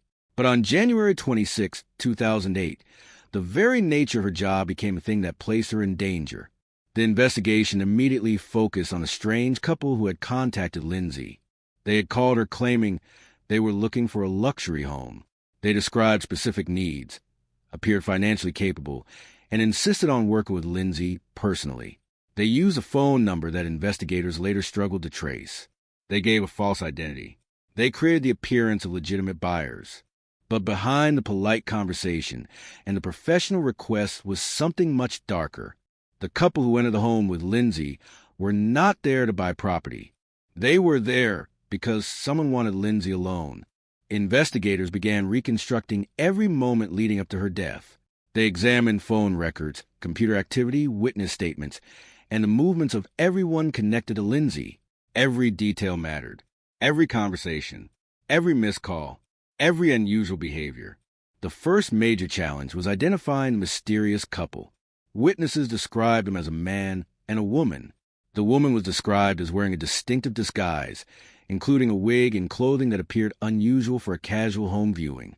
The man was described as tall and quiet. Their appearance suggested they wanted to be remembered, but at the same time, they had taken steps to hide who they truly were. That contradiction became one of the most frustrating parts of the case. Why would someone commit a murder while allowing witnesses to see them? Why create a fake identity instead of simply attacking Lindsay somewhere more private? Why choose a real estate showing? Detectives considered that the crime was likely personal. The level of planning suggested someone who knew enough about Lindsay's routine to understand how to reach her. The killers knew how real estate worked. They knew agents often met clients alone. They knew Lindsay would likely arrive without suspicion. Someone had studied her. Someone had prepared. The investigation soon turned toward Lindsay's personal life. Her boyfriend, friends, and professional contacts were examined. Police looked into whether Lindsay had conflicts with anyone, whether she had upset someone, or whether someone had a reason to harm her. But Lindsay was not known as a person who created enemies. She was young, ambitious, and focused on building her career. Those close to her describe her as energetic and determined. She had dreams of success and a future she was working toward. The idea that someone would want her dead shocked everyone who knew her. Investigators then looked deeper into her relationship with her boyfriend, Jason Zalo. Because the crime appeared targeted, detectives naturally examined the people closest to Lindsay. Jason had been in Lindsay's life romantically, and his family had connections to the real estate world. He was questioned and investigated extensively. The attention surrounding Jason became one of the most controversial aspects of the case. Some people questioned whether he knew more than he revealed. Others believed he was simply a person caught in the center of a tragedy. Police repeatedly stated that Jason was not charged and that no evidence had proven his involvement. Still, because the case remained unsolved, speculation grew. In investigations like this, silence often creates its own theories. Every person connected to Lindsay became part of a larger puzzle. Detectives examined Lindsay's workplace. They reviewed her client list. They looked at previous property showings. They wanted to know whether someone had discovered her through her profession or whether the real estate appointment was simply a method used to get access to her. The more investigators searched, the clearer one thing became. The murder was not spontaneous. The killers had planned their approach. They created a fake story. They arranged a meeting. They arrived knowing Lindsay would be there. Then they disappeared. One of the most important pieces of the investigation involved a phone used to contact Lindsay. The number appeared to belong to a person who did not exist. The identity connected to it was fake. Investigators traced possible leads, but the trail became complicated. The technology available at the time made certain parts of the investigation more difficult than they might be today. The mysterious callers had taken precautions. They understood the importance of staying hidden. Police also investigated the possibility that Lindsay's murder was connected to jealousy or revenge. A theory developed that someone may have been angry about Lindsay's relationship with Jason. The idea was that another person may have wanted to punish Lindsay or remove her from his life. But proving such a theory was another challenge. Investigators needed evidence, not rumors, not assumptions, not emotional explanations. They needed something that connected a person directly to the crime. And for years, that connection remained hidden. The case became one of British Columbia's most talked about unsolved murders. Media attention grew, and the public searched for answers. Lindsay's family continued asking for justice, refusing to let her name disappear. Her father, Jeff Buzayak, became one of the strongest voices demanding answers. The loss of his daughter changed his life completely. Instead of focusing on ordinary family moments, he found himself fighting for information about who had taken Lindsay away. He questioned why the person responsible had not been caught. He questioned why someone could plan such a brutal act and continue living freely. The investigation continued through countless interviews and reviews of evidence. Detectives revisited old information. They followed new leads. They examined tips from the public. But the case remained difficult because the people responsible had left behind very little physical evidence. There was no easy answer, no confession, no clear witness who could identify the killers. Only a trail of unanswered questions. Years passed, but Lindsay's name remained connected to the mystery. The killers had intended to erase her future. Instead, they created a case that continued to demand attention. The investigation showed the challenges of solving a carefully planned murder. When a crime is emotional and chaotic, criminals often leave behind mistakes. But when a crime is organized, when someone takes time to prepare, the evidence can become much harder to find. The question remained the same. Who wanted Lindsay Buzayak dead?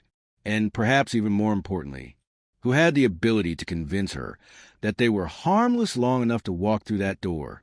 Because the most disturbing part of Lindsay's murder was not only that she was attacked, it was that the person who planned it understood exactly how to make her feel safe.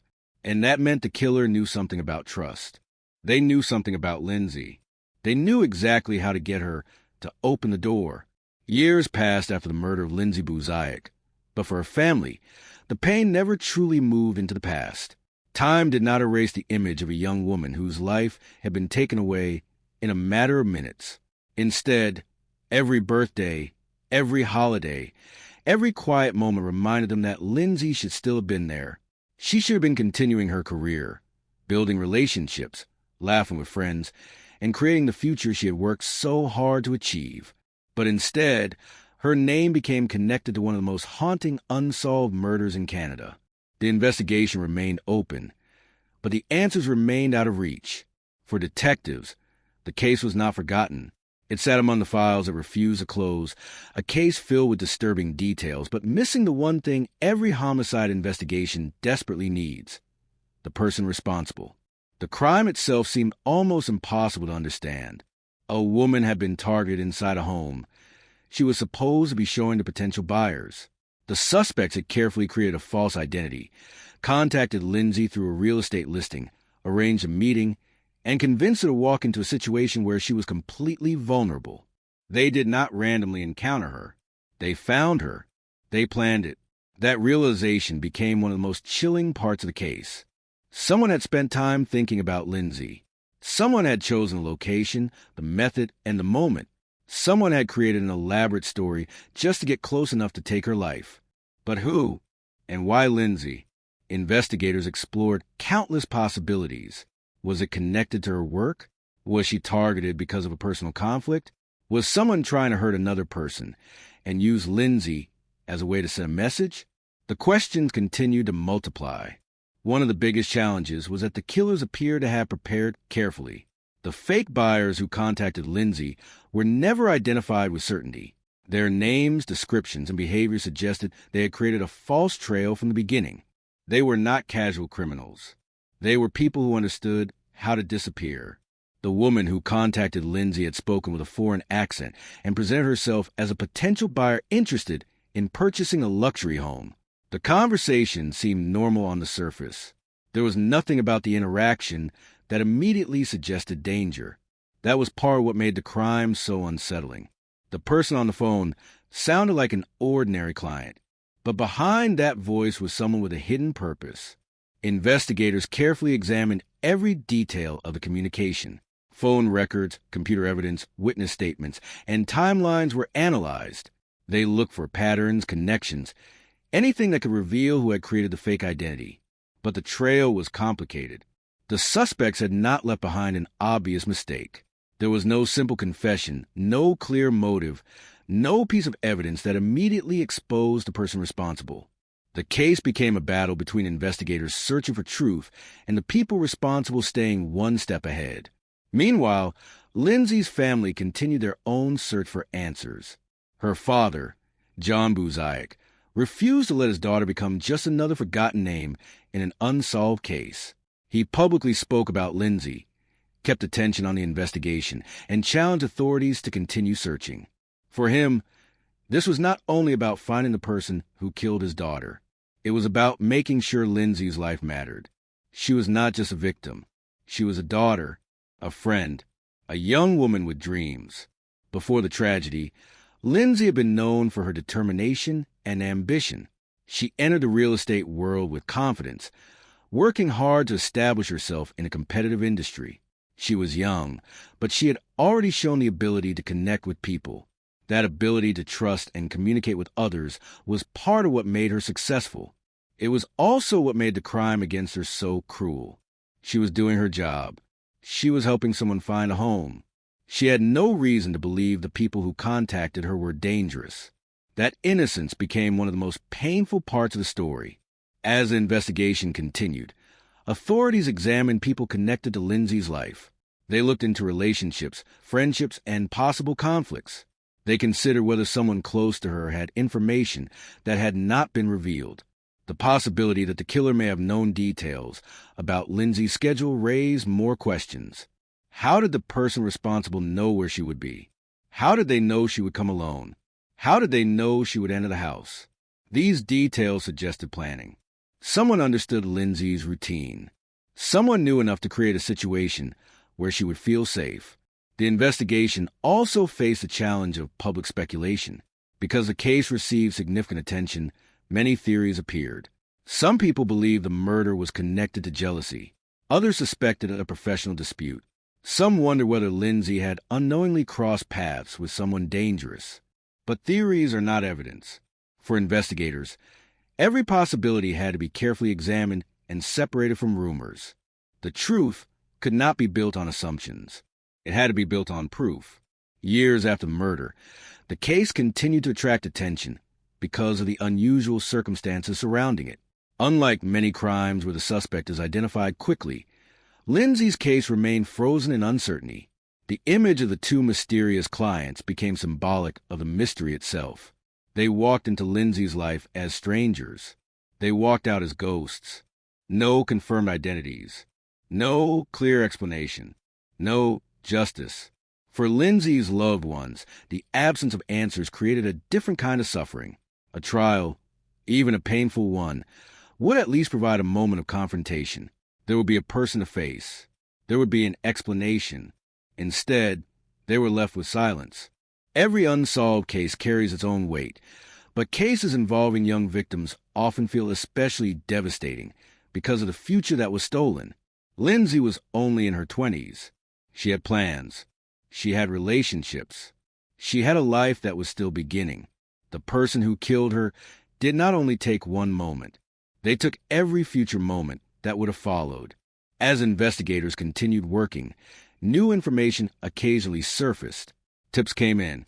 Leads were reviewed. Advances in technology created new opportunities to examine old evidence. But the central mystery remained.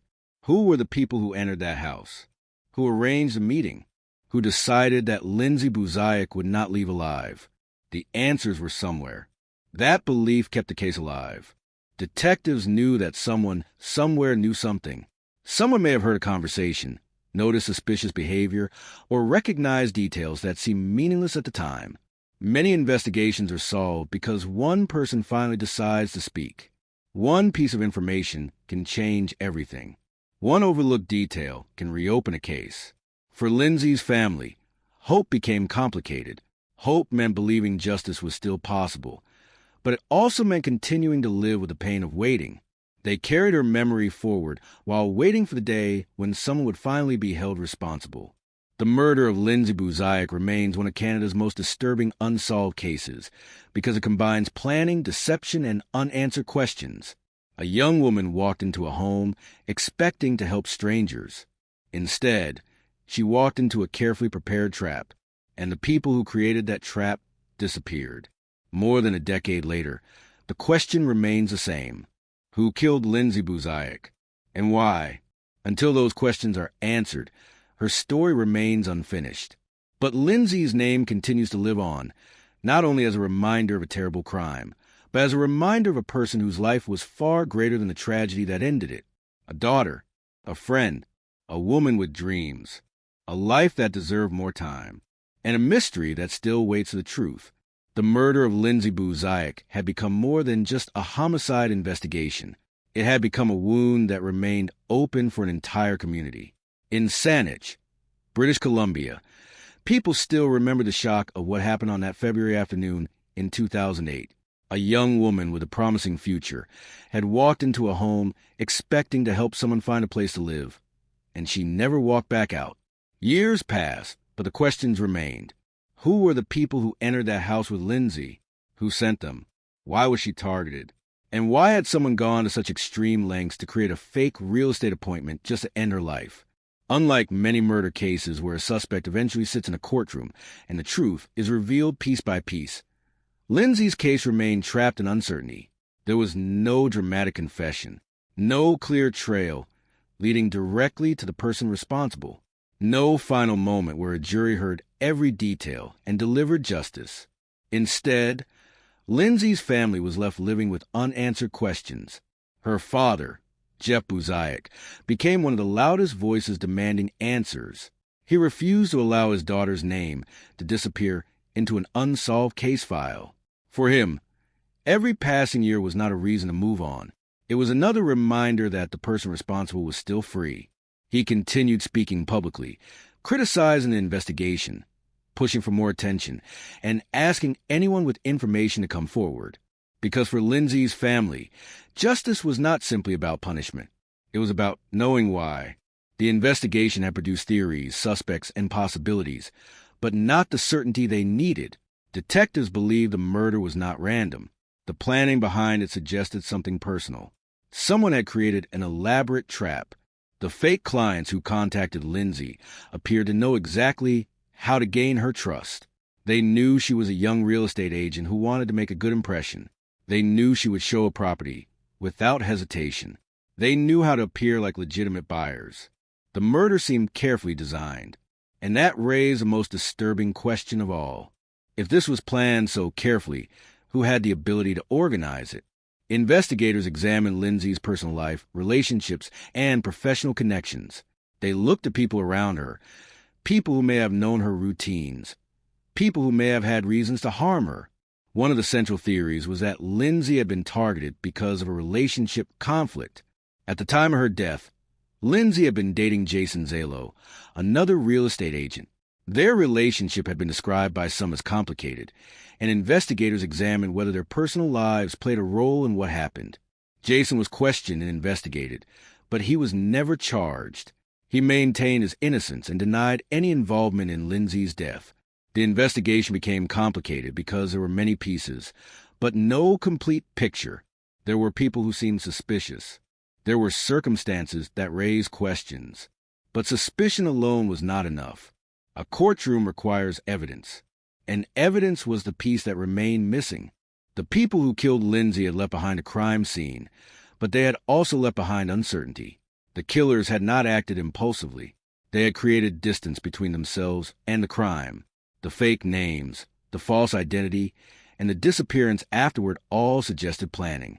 The killer or killers wanted control. They wanted Lindsay alone, and after the murder, they vanished. The two people who entered the house that day became almost ghost-like figures. Witnesses remembered seeing them.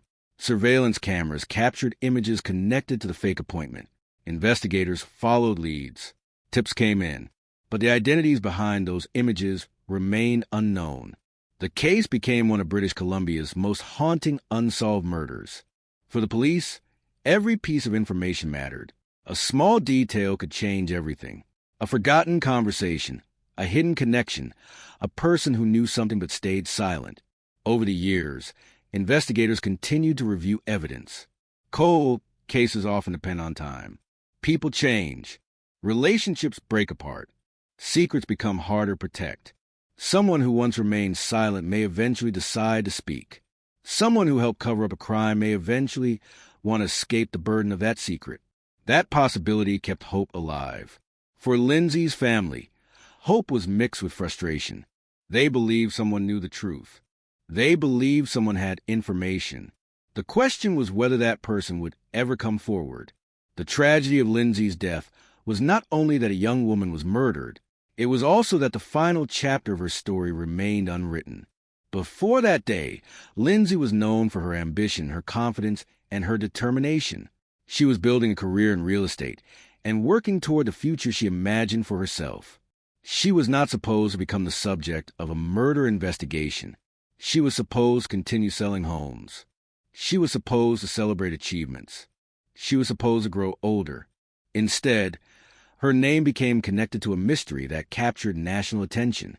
For prosecutors, the challenge was obvious. Without a suspect, there could be no trial. Without a trial, there could be no conviction. The justice system depends on proving what happened beyond reasonable doubt. But Lindsay's case existed in the painful space between knowing something terrible happened and proving exactly who was responsible. Investigators believed the murder was deliberate. They believed Lindsay was chosen. They believed the killers had a motive. But belief was not enough. A family waiting for justice needs answers, not theories. As years passed, Lindsay's father continued to speak about his daughter. He described her not as a victim, but as a person, a daughter, a friend, someone with dreams and a future that was stolen. He wanted people to remember that behind the headlines was a real woman, someone who laughed, someone who cared, someone whose life mattered. The case also raised larger questions about how criminals use deception. The fake real estate appointment showed how easily trust can be exploited. Lindsay was doing her job. She was trying to help people find a home. That ordinary act became the doorway to a crime. The people responsible understood that. They use her professionalism against her. They create a situation where she would willingly walk into danger. That detail made the crime even more disturbing. It was not a random encounter. It was a carefully constructed scenario. And somewhere, the person or people behind it continued living their lives. That was a reality that haunted investigators. The possibility that the answer existed somewhere nearby. A person who knew what happened. A person who carried the secret. A person who had not yet faced consequences. The passage of time did not erase the case. If anything, it made the mystery deeper. New generations learned Lindsay's story. True crime communities continued discussing possible theories. Investigators continued receiving information. The hope remained that one day, someone would reveal the truth. Because even after years, the goal remained the same. To find who walked into that house with Lindsay, to discover who planned her death, and to finally give her family the justice they had been waiting for. For Lindsay Buzayak, the investigation was not only about solving crime, it was about restoring a voice that had been taken away. A young woman who entered a home to help strangers deserved to have her story finished. And until the truth is known, her case remains a reminder of the questions that still demand answers. Years after Lindsay Buzayak walked into that house in Saanich, British Columbia, the image of the young real estate agent remained frozen in time. To many people who only knew her name from news reports, she became the woman at the center of one of Canada's most mysterious unsolved murders. But to those who loved her, Lindsay was not a mystery. She was a daughter, a friend, a person with dreams, plans, and a future that was supposed to continue. The tragedy of Lindsay's death was not only the violence of what happened inside that home on February 2nd, 2008. It was also the silence that followed. The silence of unanswered questions. The silence of a case where investigators believed someone knew the truth, but that truth remained hidden. More than anything, Lindsay's story became about the pain of waiting. Waiting for a phone call. Waiting for a breakthrough. Waiting for someone to finally say the words that could change everything. I know what happened. I know who did it. For Lindsay's family, time did not bring closure. In many ways, time made the absence more painful. Birthdays passed. Holidays passed. Years passed. Life continued moving forward for everyone else. But one moment remained permanently fixed. The moment Lindsay was taken away. Her father, Jeff Buzayak, struggled with that reality every day. Instead of being able to grieve privately, he became an advocate. He pushed for attention, demanded answers, and refused to allow the investigation to disappear into the background. He believed that someone out there knew exactly what happened. Someone knew who created the fake appointment. Someone knew who walked into that house. Someone knew who planned the attack. And someone had stayed silent. That possibility became one of the most painful parts of the case, because the murder did not appear to be a random act of violence. The people responsible did not simply encounter Lindsay by chance. They created a situation. They used a fake identity. They arranged a meeting. They selected a location. They made Lindsay believe she was doing her job. They turned trust into a weapon. That detail continued to disturb investigators and the public. Lindsay was not looking for danger that day. She was looking for clients. She was building her career. She was trying to help people find a home. The very qualities that made her successful in real estate, friendliness, professionalism, willingness to help, were exploited by the person who wanted her dead. That is what made the crime feel so cruel. The house itself became a symbol of the unanswered mystery. A place that should have represented new beginnings became a location where a young woman's life ended. A place where someone was supposed to imagine their future became the scene of a tragedy. Over the years, many theories surrounded the case. Some focus on Lindsay's personal relationships. Some focus on possible conflicts involving people around her. Some suggested the murder may have been connected to jealousy, revenge, or a personal motive. Investigators examined countless possibilities. But a theory is not the same as proof. And for Lindsay's family, theories were not enough. They did not want speculation. They wanted justice. They wanted the person responsible to stand before a court and answer for what happened. The absence of an arrest created a unique kind of suffering. In many cases, families of victims experience grief after a conviction. They may still hurt, but they know the person responsible has been found. They know where the story ends. For the Buzayak family, there was no ending. There was only an open question. The investigation continued through the years with new reviews, new information, and continued efforts to identify those involved.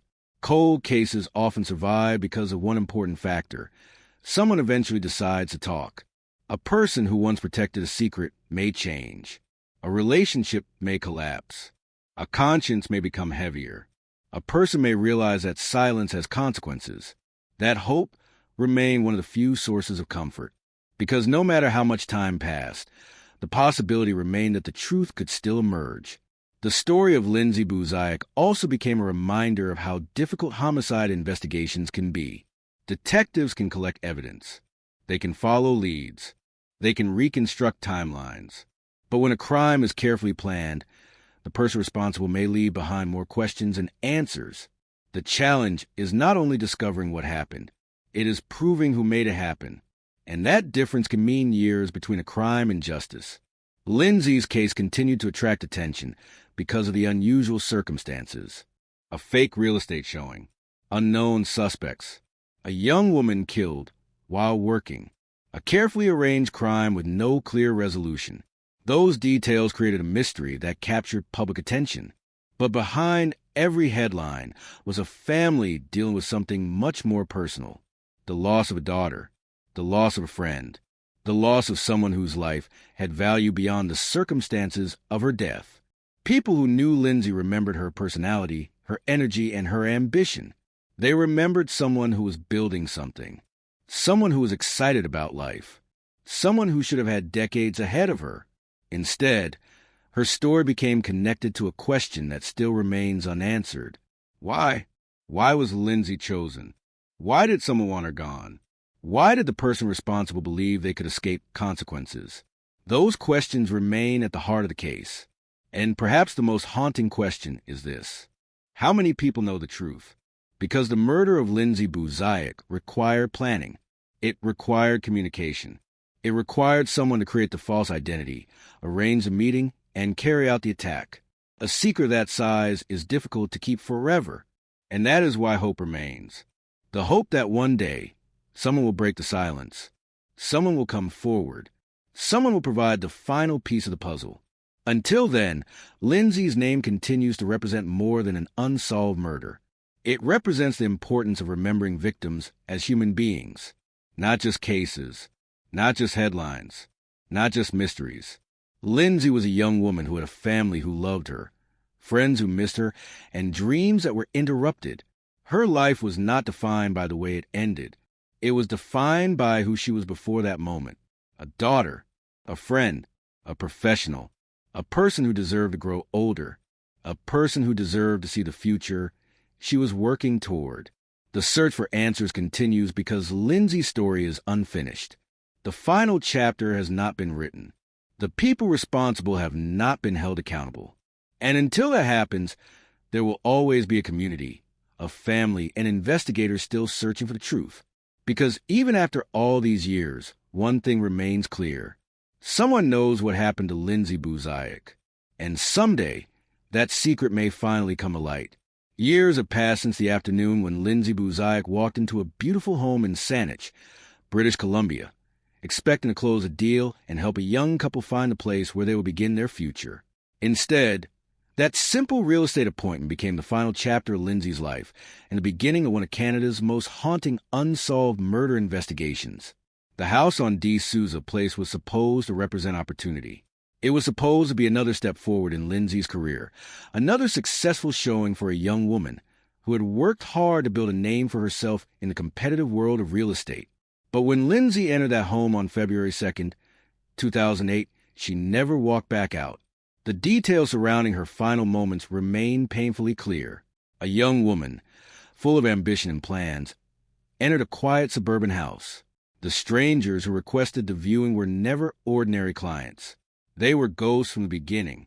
They contacted Lindsay using false identities, gave her no verifiable background, and disappeared immediately after the murder. The question that has remained unanswered for more than a decade is simple but devastating. Who were they, and who wanted Lindsay Buzayak dead? For Lindsay's family, especially her father, Jeff, and those closest to her. The pain is not only from losing her, it comes from living with the uncertainty. There was no trial, no confession, no final explanation, no moment in court where they could look at the person responsible and hear why. Instead, they were left with fragments, a phone call, a fake name, a mysterious couple, a house, a crime scene, and thousands of unanswered questions. Lindsay was only 24 years old when she was murdered. She was at an age where life was beginning to open up. She had built a career despite challenges. She was independent, determined, and known for her energy. People who knew Lindsay often described someone who walked into a room and immediately changed its atmosphere. She was social, ambitious, and driven. She was the type of person who made plans, dreamed bigger, and believed that hard work could create the life she wanted. Her murder destroyed the image of safety that many people associate with ordinary life. Because Lindsay was not attacked while walking alone at night, she was not involved in a dangerous situation. She was working. She was doing her job. That fact made the crime even more shocking. A real estate showing is built on trust. Agents meet strangers every day. They open doors for people they believe are searching for a home. But Lindsay's killers exploited that trust. They created a fake story. They pretended to be buyers. They gained access to her, and then they vanished. Investigators believe the murder was planned. The details surrounding the fake clients suggested preparation rather than a spontaneous act. The suspects did not simply appear at the property randomly. They contacted Lindsay beforehand. They created a reason for her to be there. They made sure she was alone. This has led many investigators to believe that Lindsay was targeted specifically. But why? That question has haunted everyone connected to the case. Was it connected to her personal life? Was it connected to someone she knew? Was it revenge? Was it jealousy? Was someone close to her hiding something? The investigation examined many possibilities. Detectives looked into Lindsay's relationships, her professional contacts, and the people around her during the final weeks of her life. They considered whether someone had a motive based on anger or obsession. They considered whether someone wanted her removed from their life. They considered whether the people who appeared at the house were hired to carry out the crime. But despite years of investigation, no one has ever been charged with Lindsay's murder. The mystery has continued to grow because of the unusual behavior of the suspects. The couple who arranged the showing seemed to know exactly what they wanted. They reportedly asked about a specific type of home and created the impression that they were serious buyers. But after Lindsay was killed, they disappeared completely. There was no clear trail, no confirmed identity, no obvious connection. They became some of the most wanted unidentified suspects in Canadian criminal history. The description of the woman especially stayed in the public mind. She was described as wearing a distinctive outfit and speaking with an accent. The man was described as being with her during the showing. But descriptions alone were not enough. Investigators needed names. They needed evidence. They needed something that connected those strangers to the crime. Over the years, police have followed hundreds of leads. They have interviewed countless people. They have reviewed information from the public and re-examined evidence. The case has received enormous attention because it represents something deeply unsettling. A person could be living an ordinary life, making plans for the future, and then suddenly become the victim of a carefully planned act of violence. Lindsay's story has also changed the way many real estate professionals think about safety. Her death became a warning throughout the industry. Agents began discussing the risks of meeting unknown clients alone. Many companies changed procedures. More people began using safety check-ins and avoiding isolated showings. In that way, Lindsay's life continued to have an impact. Her family has worked to keep her memory alive, not only by seeking justice, but by remembering the person she was before the tragedy. Because Lindsay was not just a crime victim. She was a daughter, a friend, a young woman with dreams. She loved life. She wanted success. She wanted happiness. And that is the part her family refuses to let disappear. The unanswered questions remain painful. Someone knows what happened that day. Someone knows who the fake clients were. Someone knows why Lindsay was chosen. Someone knows why a young woman who was simply trying to build a future never got the chance to see it. For investigators, the case remains open. For Lindsay's loved ones, time has not erased the loss. It has only changed the way they carry it. The house where Lindsay died is no longer just a location on a map. It represents a moment where an ordinary afternoon became a permanent mystery, a place where trust was manipulated, a place where a young woman's future ended, and a place that continues to ask the same question that has remained unanswered for years. Who killed Lindsay Buzayak? Until that question is answered, her story remains one of Canada's most heartbreaking mysteries. A reminder that behind every unsolved case is not just evidence, not just theories, and not just headlines. There's a person, there's a life, and there's a family still waiting for justice. Years after the murder of Lindsay Buzayak, the question that still haunts everyone who knew her is the same one that investigators have been trying to answer from the beginning. Who walked into that house on that February afternoon, and why did they want Lindsay dead? The passage of time has changed almost everything surrounding the case. The neighborhood where Lindsay took her final steps has continued to evolve. Families moved in and out. Streets became busier. Children grew up. Life continued moving forward. But for Lindsay's family, time never truly moved on. Every year that passes is another reminder that a daughter, a sister, and a friend never got the chance to experience the future she was building for herself. She was only 24 years old. At an age when many people are still discovering who they are, Lindsay already had ambition, confidence, and a clear vision of the life she wanted. She was building a career in real estate, making connections, and working toward independence. She was not someone looking for trouble. She was someone trying to create a better future.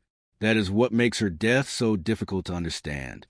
There was no obvious enemy, no public conflict, no known reason why someone would target her. Until that day, Lindsay's biggest concern was selling a house. She thought she was meeting potential clients. Instead, she was walking into a carefully planned trap.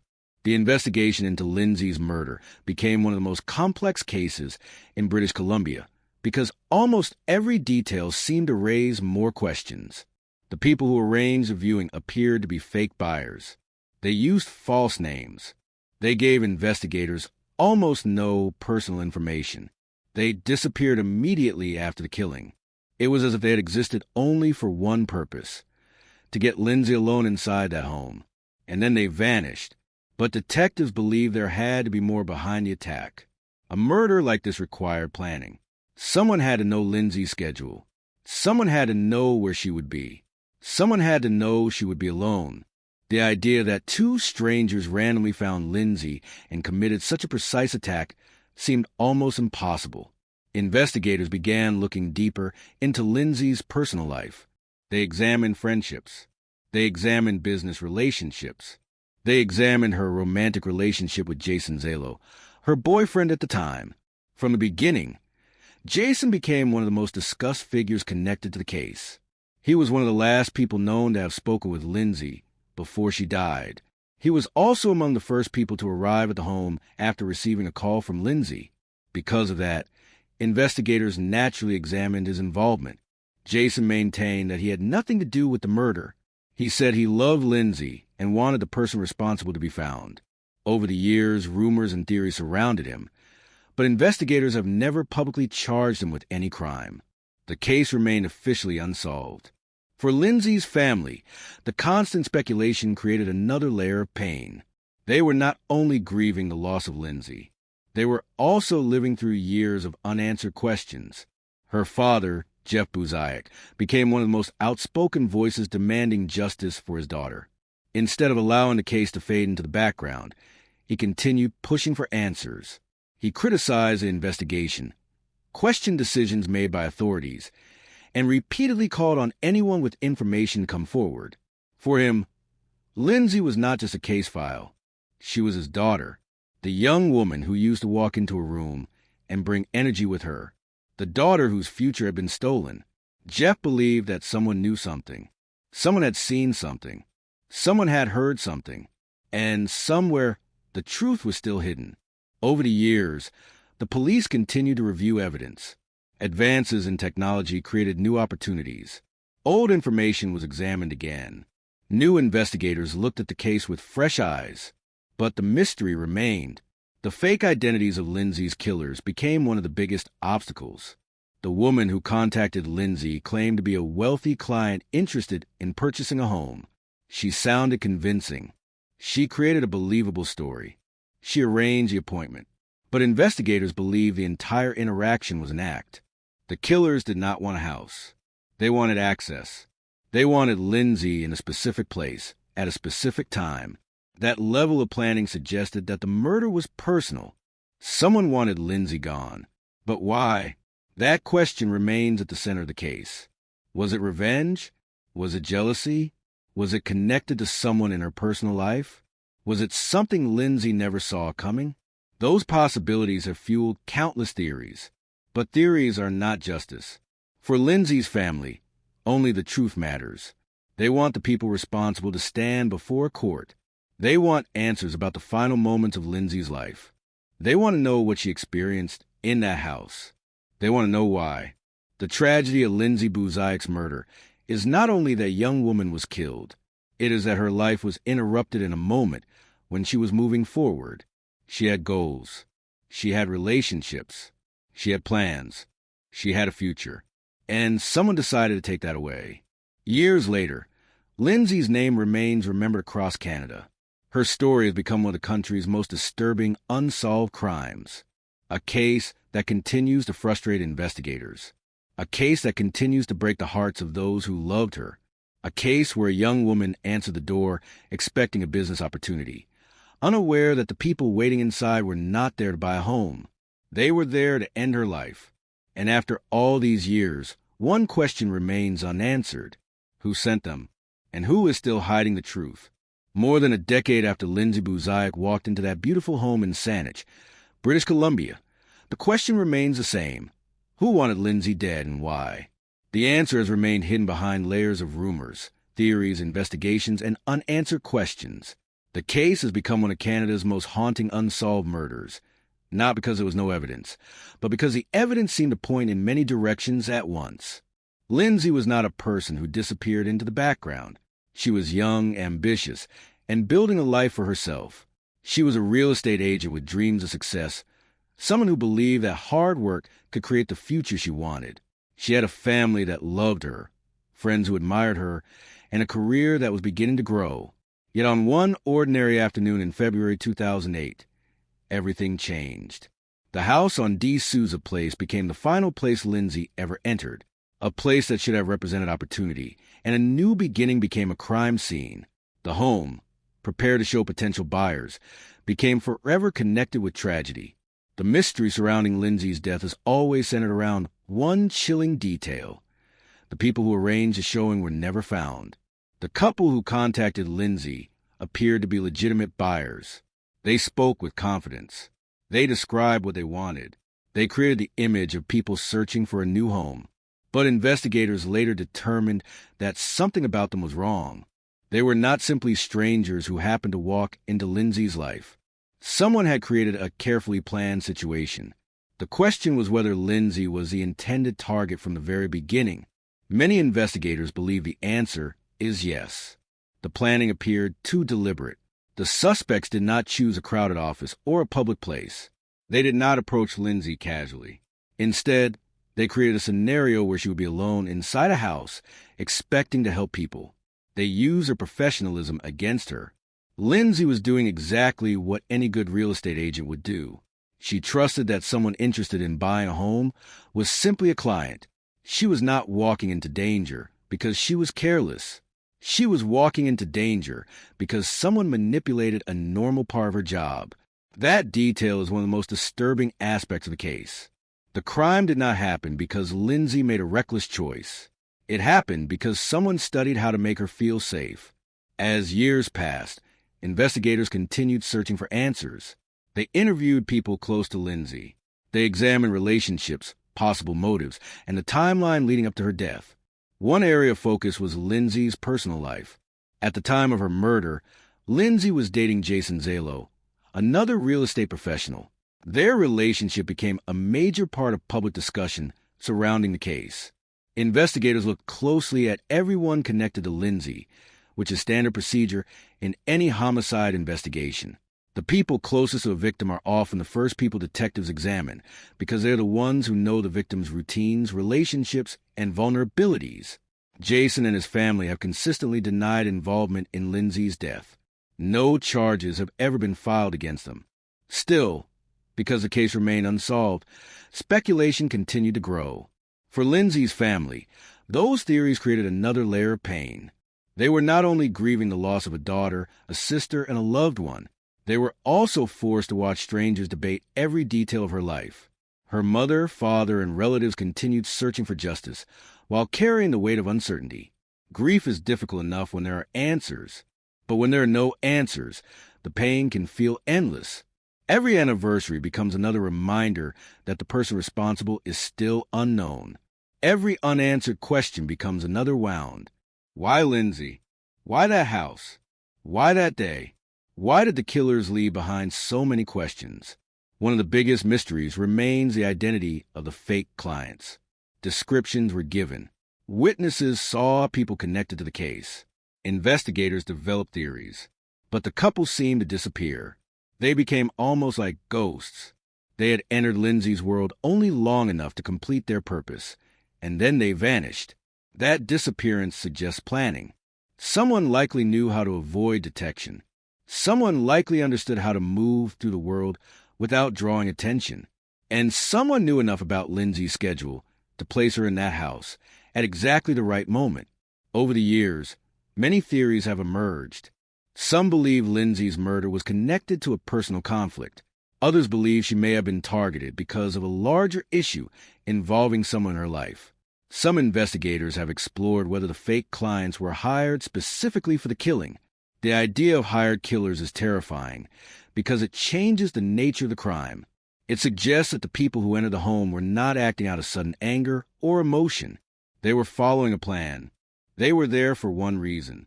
And once that reason was completed, they left. The crime scene itself told investigators that Lindsay fought for her life.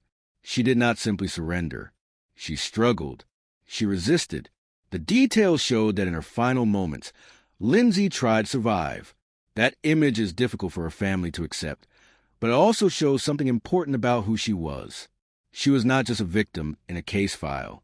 She was a person who fought. She was a daughter who was loved. She was a young woman who had plans. She was someone who should have had decades ahead of her. The tragedy of Lindsay Buziak's murder is not only that a life ended, it is that a future disappeared. The wedding she never planned. The places she never traveled. The memories her family never got to create. The career milestones she never reached. All of those possibilities ended inside a house where she was simply trying to do her job. The investigation has continued for years, and authorities have repeatedly stated that they believe someone knows what happened. That belief is important, because unsolved does not mean forgotten. Lindsay's name continues to be remembered. Her story continues to be told. Her family continues to hope that one day, someone will come forward with the information needed to finally bring the case to court. Many years after her death, the question remains hanging over Saanich. Who walked into that house with Lindsay? Who knew enough about her life to set the trap? And who has been carrying the secret ever since? The answers may still exist somewhere. Perhaps someone knows more than they have admitted. Perhaps someone has remained silent because of fear, loyalty, or guilt. But every unsolved case has a breaking point. Every mystery has a moment when someone decides that silence is no longer possible. For Lindsay Buziak, that moment has not arrived yet, but her story remains. A reminder that behind every crime statistic is a real person. A person with dreams. A person with family. A person whose life mattered. And until the truth is revealed, Lindsay's name will continue to represent not only a tragedy, but also a search for justice that refuses to disappear. Years had passed since the afternoon when Lindsay Buziak walked into a beautiful home in Saanich, British Columbia, believing she was about to help a young couple find the place where they would begin their future. Instead, she entered a nightmare that would leave her family shattered, a community searching for answers, and investigators chasing shadows that seemed to disappear every time they got close. The murder of Lindsay Buziak was not a random act of violence in a quiet neighborhood. It was a carefully planned attack. Someone wanted Lindsay alone. Someone wanted her to trust the situation enough to enter that house. Someone created an entire story, built a false identity, and used the world of real estate to bring a young woman to the exact place where she would die. And that is what continues to haunt those who knew Lindsay and those who have studied the case. Because the question has never simply been who killed Lindsay. The deeper question has always been why. Why Lindsay? Why that day? Why that house? Why go through such an elaborate plan? Lindsay was 24 years old. She was ambitious, energetic, and determined to build a successful life. She had entered the competitive world of real estate and was trying to prove herself. Like many young professionals, she was learning, growing, and building her reputation one client at a time. Her family describes her as someone who brought energy into every room. She was not someone who lived quietly in the background. She had dreams, goals, and a future she was actively creating. That future ended in a matter of minutes. The unanswered questions surrounding her death have created countless theories. Over the years, investigators have considered different possibilities, examined relationships, followed leads, and revisited evidence. But despite the attention the case received, the truth remained hidden. The people who walked into that house pretending to be buyers were never publicly identified. The woman who spoke with Lindsay on the phone before the appointment disappeared. The man who entered with her vanished as well. They had created a carefully designed disguise. They presented themselves as potential clients looking for an expensive home. They contacted Lindsay because she was a young realtor who matched what they were looking for. But they were never shopping. They were hunting. The investigation focused heavily on the planning involved. Whoever arranged the meeting understood how real estate worked. They knew Lindsay would likely arrive alone. They knew she would be professional. They knew she would open the door and welcome them inside. That detail became one of the most disturbing aspects of the case. Lindsay was doing her job. She was not meeting a stranger in a dangerous location. She was not involved in anything illegal. She was simply helping people find a home. The very thing that represented success and independence became the setting of her final moments. As the years went by, Lindsay's family continued to push for answers. They refused to allow her name to become just another unsolved case file. They spoke publicly, encouraged anyone with information come forward, and kept attention on the investigation. For them, the passage of time did not mean the pain disappeared. A birthday without Lindsay, a holiday without Lindsay, a family gathering where everyone knows someone is missing. Those moments became reminders that the person responsible had taken away far more than one life. They had taken away years of memories that Lindsay should have created. Her friends also struggled with the contrast between the person they remembered and the way her story became known to the world. To the public, Lindsay became the young realtor murdered during a house showing. But to those close to her, she was much more than that. She was a daughter, a friend, a person with hopes and fears, jokes and habits, plans and dreams. The tragedy of cases like Lindsay's is that the victim's identity can become consumed by the crime. The investigation becomes the headline. The mystery becomes a story. But before the mystery, there was a person. Lindsay had a life, and that life mattered. The investigation itself became one of the most challenging cases for police because of the unusual circumstances. The suspects appear to have prepared carefully. There was no obvious connection between Lindsay and the people who targeted her. There was no simple explanation. Many homicide investigations begin with a clear path, a relationship, a conflict, a motive, a suspect. Lindsay's case seemed to begin with a question mark. Investigators had to reconstruct events from small pieces: a phone call, a meeting arrangement, witness statements, possible connections, digital evidence, financial records. Every detail mattered because the people responsible had left behind very little. The mystery surrounding the fake buyers became one of the defining elements of the case. Creating a false identity requires effort. It requires planning. It requires someone to think ahead. Someone had to decide who they would pretend to be. Someone had to contact Lindsay. Someone had to choose a location. Someone had to know how the appointment would unfold. That level of preparation suggested a person or people who were not acting impulsively. This was not a crime of sudden anger. It was deliberate. That realization made the case even more frightening. Because if someone could plan Lindsay's death so carefully, they might believe they could escape forever. But the investigation never truly disappeared. Cold cases do not mean forgotten cases. They remain active in the background, waiting for the one piece of information that changes everything. A person who finally decides to speak. A forgotten detail that becomes important. A new technology that reveals something old.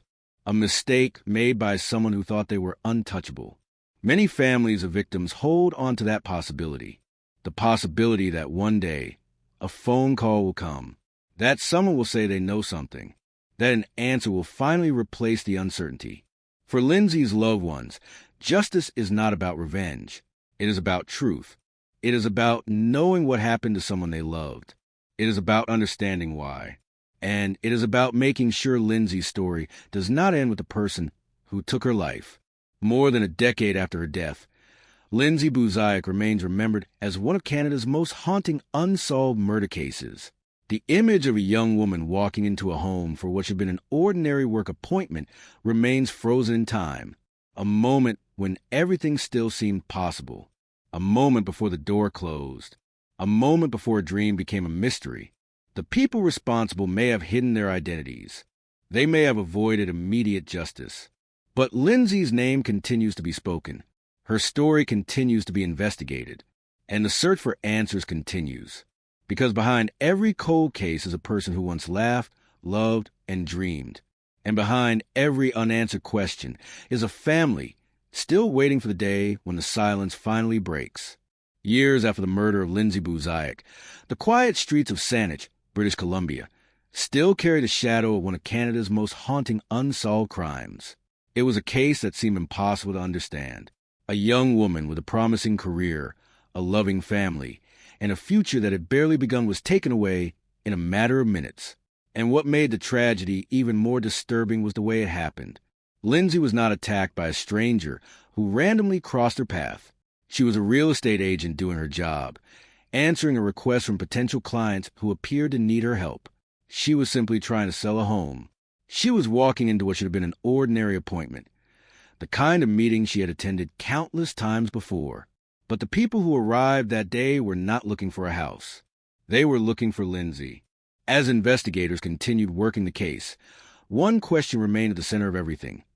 Who were the mysterious buyers who arranged a showing, walked into home, and disappeared forever after committing a brutal crime? The answer remained hidden. The couple who contacted Lindsay used false identities. They provided information that led investigators nowhere. They appeared professional, calm, and prepared. They knew enough about the real estate process to seem believable. They knew exactly how to arrange a private showing. They knew exactly where Lindsay would be. That detail has always troubled investigators. This was not a random encounter. Someone had created an opportunity. Someone had planned. In the years following Lindsay's death, investigators examined every possible angle. They looked into her personal relationships, her professional life, her friendships, and anyone who may have had a reason to harm her. They searched through phone records, financial information, digital evidence, and witness statements. They followed leads that seemed promising but eventually faded. The case became a maze of unanswered questions. Who hired the killers? Who created the fake identities? Who knew Lindsay's schedule? Who wanted a young woman who was building her own life to never come home again? For Lindsay's family, those questions became part of their daily reality. Her mother, father, and loved ones were forced to live in a world where memories of Lindsay existed alongside the pain of not knowing who was responsible. There was no trial, no confession, no moment in court where they could finally hear the truth. Only silence. And silence can be its own kind of suffering. Lindsay had been known as someone full of energy and ambition. She was young, but she was determined. She had entered the real estate business and was working hard to establish herself. She was not someone standing still in life. She had goals. She had plans. She had a future she was actively building. Her family often described her as someone who brought light into a room. She had a personality that made people remember her. She was the kind of person who could make ordinary moments feel special. That is why the crime shocked so many people. The image of Lindsay inside that home, alone with people she believed were simply clients, became the nightmare her family could never escape. Investigators believe Lindsay may have sensed something was wrong. There have always been questions surrounding her final moments. Did she recognize the danger? Did she realize the people standing in front of her were not who they claimed to be? Or did she believe, until the very end, that she was simply helping someone find a home? That possibility is one of the most painful parts of the case, because Lindsay was doing something good. She was helping. She was trusting, and that trust was used against her. Over the years, many theories have emerged. Some focused on people connected to Lindsay's personal life. Others suggested the killers were hired by someone with a specific motive. There were theories about jealousy, revenge, and hidden conflicts. Every possibility was examined, but none provided the final answer. The case became one of those rare mysteries where almost every person involved seemed to have a question attached to them. Even the smallest details mattered. A phone call, a message, a meeting, a person seen near the area, a piece of information that seemed insignificant at the time.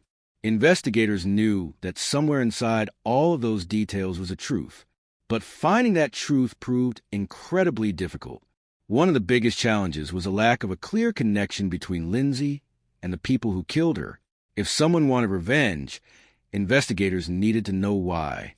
If someone wanted her gone, they needed to understand the motive. But Lindsay's life did not appear to match the profile of someone targeted for violence. She was not involved in criminal activity. She was not living a dangerous lifestyle. She was not expecting trouble. That made the crime even more disturbing. It suggested that the person behind it had been watching from a distance. They had studied Lindsay's routine. They understood how to approach her. They understood how to create a situation where she would willingly walk into danger. The killers did not break into Lindsay's world. They were invited in. That fact has remained one of the most chilling aspects of the case. The murder also raised larger questions about safety in professions where trust is part of the job. Real estate agents often meet strangers alone. They enter unfamiliar homes. They rely on basic information provided by clients. Lindsay's case became a reminder of how vulnerable those situations can be. But beyond the investigation, beyond the theories, beyond the headlines, there was a person at the center of this story. Lindsay Buzayak, a daughter, a friend, a young woman who should have had decades ahead of her. The passage of time has changed many things, but it has not changed the most important question: who killed Lindsay and why? For law enforcement, the case remains open. For a family, it remains unfinished. Every year that passes brings another anniversary without justice, another birthday without Lindsay, another reminder that someone out there knows exactly what happened. Someone knows who walked into that house. Someone knows who planned it. Someone knows why. And until that person speaks, Lindsay's story remains one of Canada's most painful mysteries. A young woman entered a home expecting to help strangers find a place to live. Instead, she became the center of a crime that continues to haunt an entire community. The house where Lindsay died was supposed to represent a new beginning for someone. Instead, it became the final chapter of her life. But it was not the end of Lindsay's story, because her family continues to search. Investigators continue to ask questions, and the memory of Lindsay continues to exist not as a victim defined by a crime, but as a person whose life mattered, a person whose future was stolen, a person whose story is still waiting for the truth.